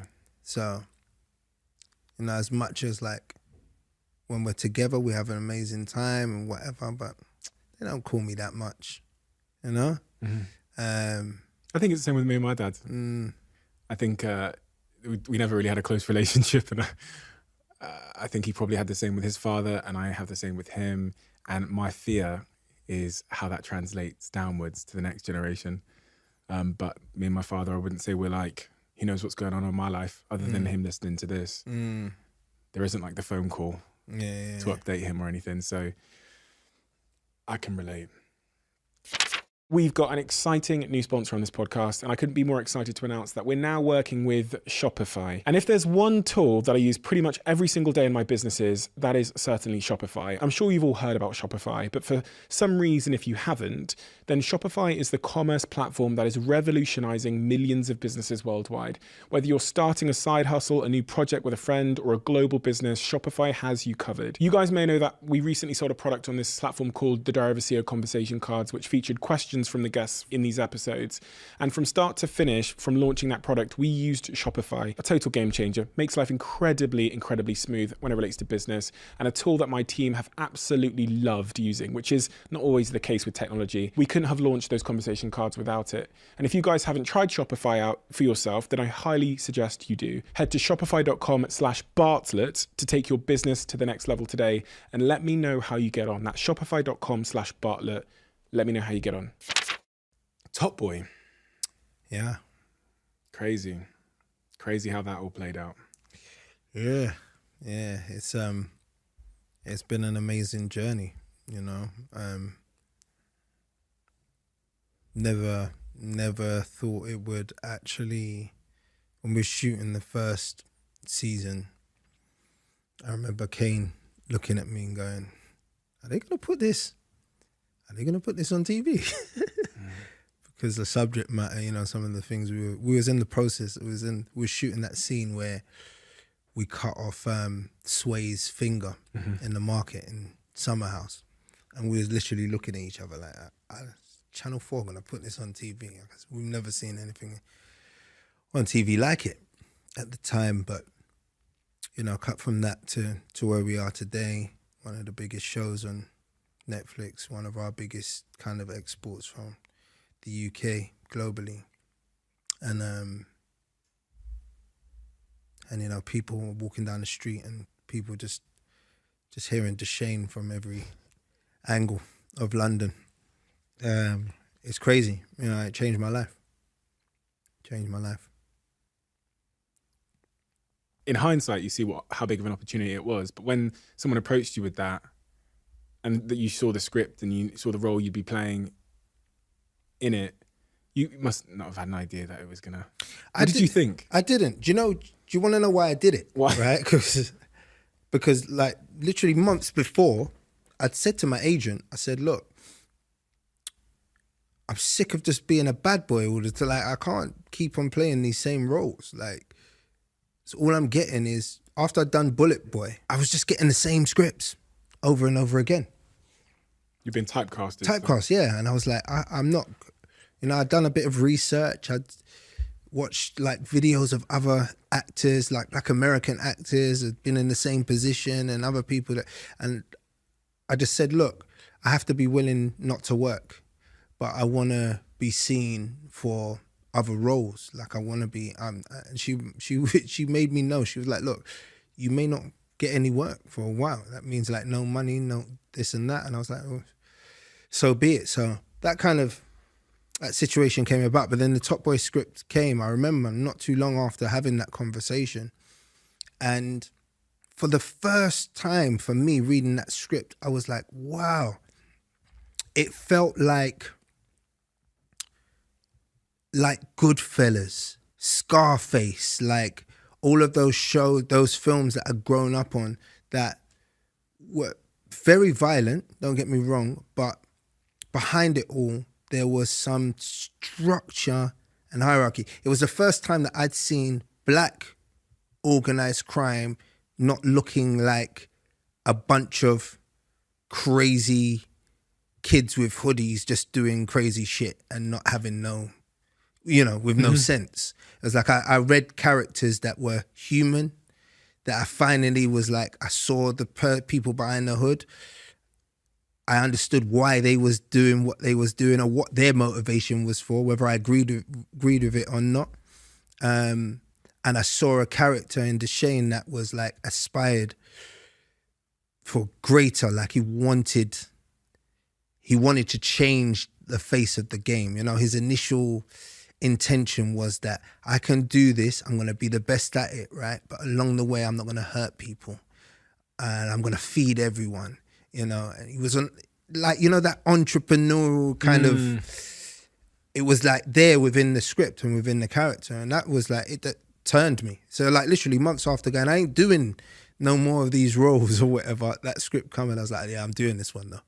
And that's what made me do it. And there was no hesitation? Once I read it, no.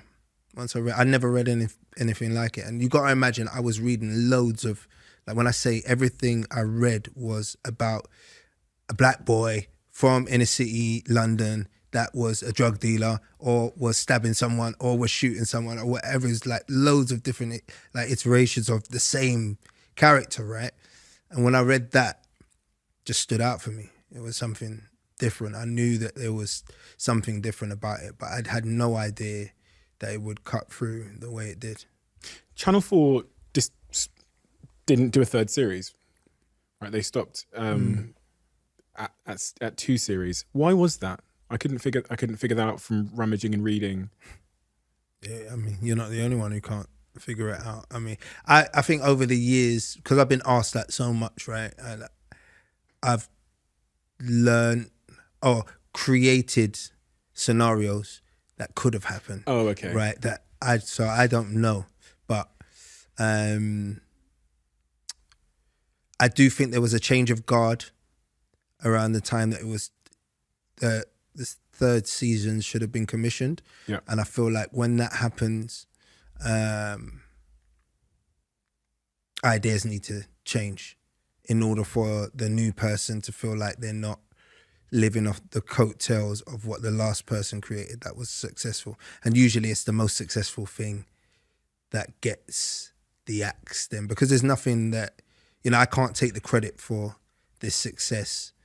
So I feel like that might have been a reason why, or maybe there just wasn't the space there at the time for them to take it where it needed to go to the next level. But either way, like we discussed before, so good that it happened that way, right? And it had that space to just not be around and for people to want it back for so many years before we got into the new situation.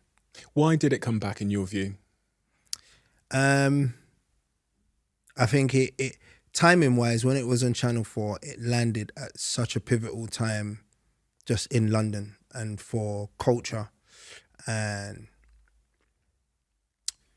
coincided with like your, the real kind of social media kind of push and all of that stuff. So I think it was kind of cemented in people's minds, and I think it was like the first of its kind really to do what it did. So I think that having that fan base, that key kind of niche sort of fan base, cult fan base, kept it alive. And then I think it translated as well, didn't it? Really interestingly, because a lot of the work at that time that was one on the surface might think was similar. Those stories of of London and young black men and crime and all of that stuff, they didn't translate well globally.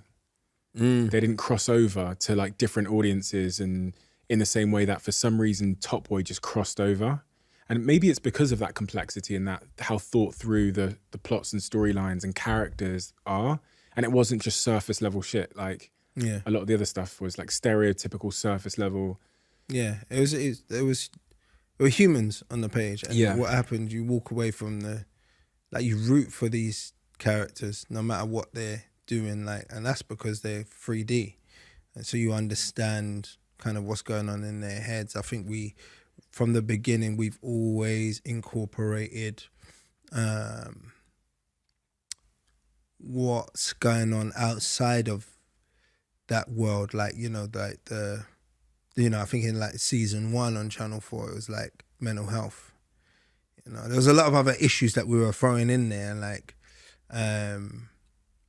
with the little kid Gem Soul, just kind of his family structure and neglect from his parents and stuff like that. Like, there was just other things that kind of we talked about that you just didn't get in the other shows. And then we had, a big part of this puzzle was Yan Demange, because he's a filmmaker, right? He's a very cinematic, well-versed kind of filmmaker that knows how to get brilliant performances out of people.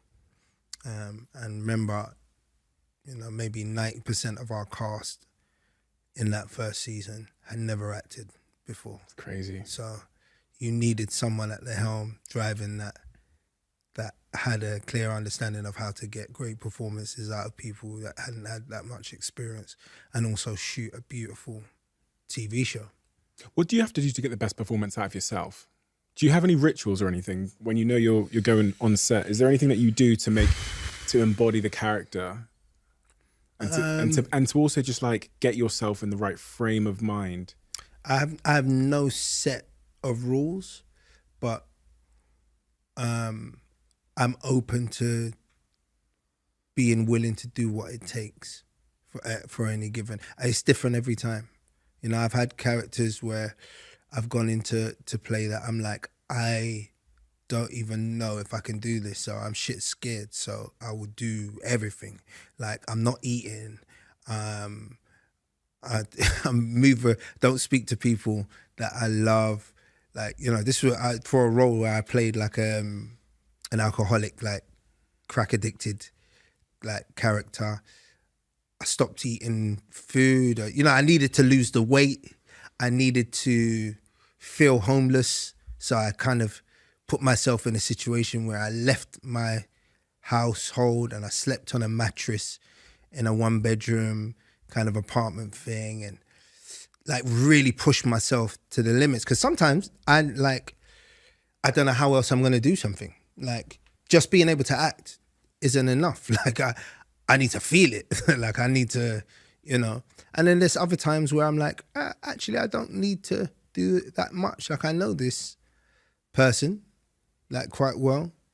I need to be well versed on who that character is, what their backstory is, so I can be free, like when I'm in the moment. But I'm not one of these guys that have like a set of rules, and a lot of the time I believe less is more. I don't want to be over prepared, because then I feel like there's no vulnerability, you know? So it gets picked up by Netflix. Yeah. And it becomes a mega show, one of their biggest shows of all time. Life changes for you hugely. You go on this journey for another 2 seasons on Netflix, and then you have one final season on its way. How do you feel about that? It's bittersweet. What's the bitter and what's the sweet? It's bitter that some of the people on that show that I've worked with the whole time and been doing it, I like my family, you know? And actually, I know we've discussed this, the type of person that I am. I'm not going to see them that much after, right? It was our reason for connection. And so what happens in this world, you move on, you make other families, you develop other relationships. So I worry about like losing those connections a bit. You look sad as you say it. I can see the emotion in your face. Yeah, that's a bit of thing for me. It's like, remember, you spend more time with these people than you do with your actual family. You know, you invest so much into them, and so it's tough. I mean, and I mean, if I'm honest with you, the last film in the last season brought me and Kane probably even closer than we've ever been kind of doing that show, because we didn't have the greatest time, you know, fighting for what we believed in, and making it the best show that we could make it be, you know, the best last season for the fans. Like, people don't understand, like, we go hard for that show. We go hard to make sure the scripts are right. We go hard to make sure other characters are being represented in the way they should be, and storylines make sense and whatever. And the truth is, we faced a lot of resistance this time around, you know. We wasn't given the creative input all the time that we desired. And this is like a common thing, you know, this happens behind the scenes. So this is not me being a grass or anything. It's just like, it's the reality. And sometimes, you know, when there's 7 execs, 8 execs, not everyone agrees, and you gotta, you know, you have to, it's business. You've been there, right? You know how it goes. Feeling, yeah. So it was tough. We went through a tough experience we haven't been through before. And that brought us closer together. So it's even harder knowing that this is the last time, because we developed another level to our relationship where I was like, like as businessmen, like We're a team. We're a team as well, you know what I mean? You know, but the sweet thing about it, if you want to make, you know, end on a positive, is that I've got my life back. You know, I mean, to a certain extent, you know, Deshane is a very popular character, but when I say life back, meaning that I can pursue other avenues. You know, contractually I was tied down to that show for a long time. You know, that's how it works, and it'd be nice to see what else is out there, what else I can do, where I can take my career. You scared a little bit? I was just going to say that, yeah. So it's also scary, because that was, is to get that stability in the acting game is very rare. You know, usually if you want that sort of stability with a show or whatever, then you have to go and do a soap, you know? Don't really get it from like drama like that. So yeah, it's been nice. It's been good for the family. It's been good for me to focus on just being an artist and enjoying what I do, rather than worrying about mortgages and, you know, other stuff. But yeah, been a brilliant time. Did you win the fight? When I say the fight, you two were fighting to have the show be the way you want it to be. Are you happy with how it's ended up this final season? Yeah. Yeah. I mean, look, I wouldn't say necessarily that we won. But I think the process of pushing back and fighting for what you believe in always, without doing that, I don't think we would have got to where we got to. I think that the push and pull that happens within that process is what makes the show as good as it is. You'll never be able to see the impact it's had on young people's lives all around the world and perceptions shifting and all of these things. But if you were to try and define that, what is the impact you think the show's had on culture, on the world? Exactly that. I think if I can define it, it will be. I had a meeting today, with like a Nigerian man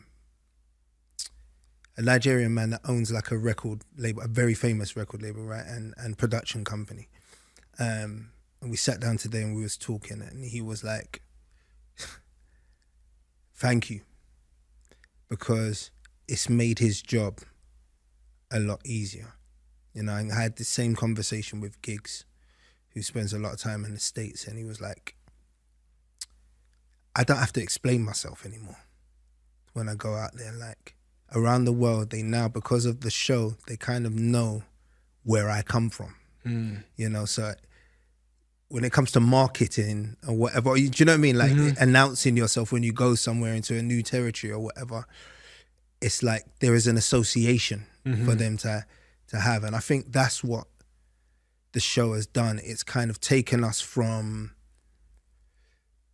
cups of tea and biscuits and period drama and maybe Notting Hill or whatever, you know, stuff like that, to the rest of the world kind of understanding that, you know, and there's another side to what we have. And I think as a foundation, as a way of opening the door into the international market, accepting what we export, I think is really good. I think now from here we should push on into telling black stories that don't necessarily have to be from the same world as Top Boy. You know, there should be black detectives, there should be black superheroes, there should be black, you know, the boundaries are, you know, they're endless, but I think that it's really opened the door internationally for like people trusting in what we give them. We have a closing tradition on this podcast where the last guest leaves a question in my diary for the next guest, not knowing who they're going to leave it for. Sick. The question in the diary left for you is, you've got one phone call left to your children. What do you say to them? Ooh.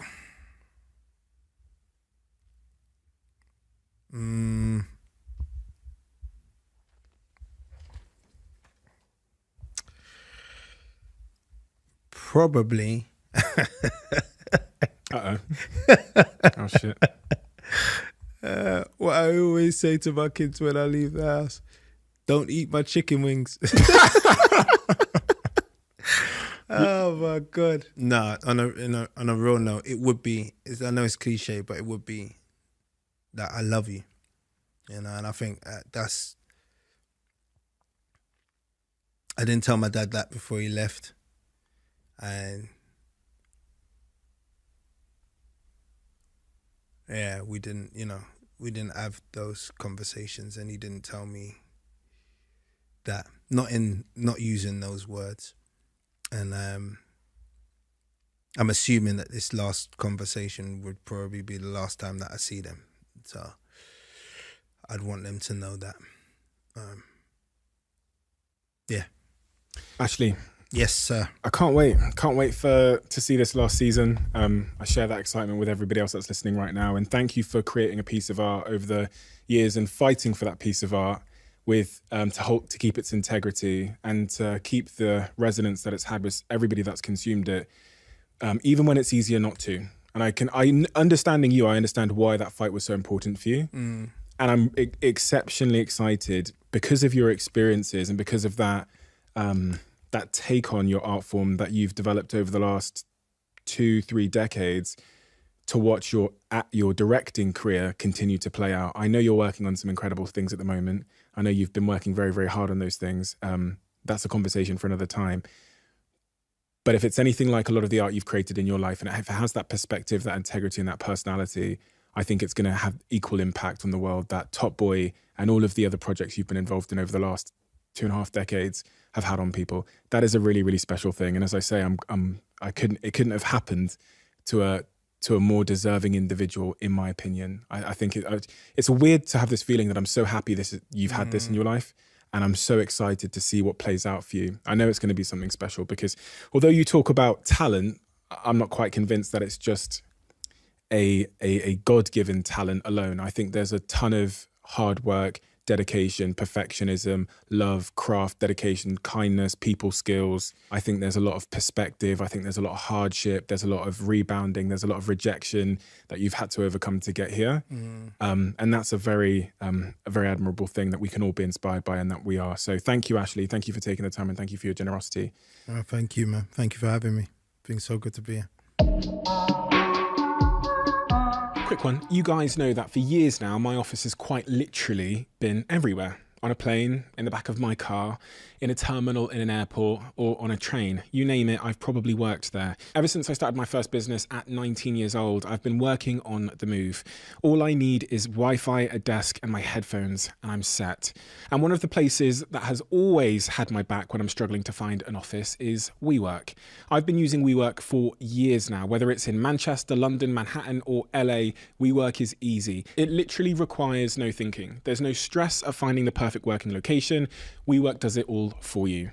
Plenty of desk space, meeting rooms, collaboration spaces, drinks, snacks, it's all there. So for your next remote working trip away from the office, or if you want a new fresh space to work in, then don't just work anywhere.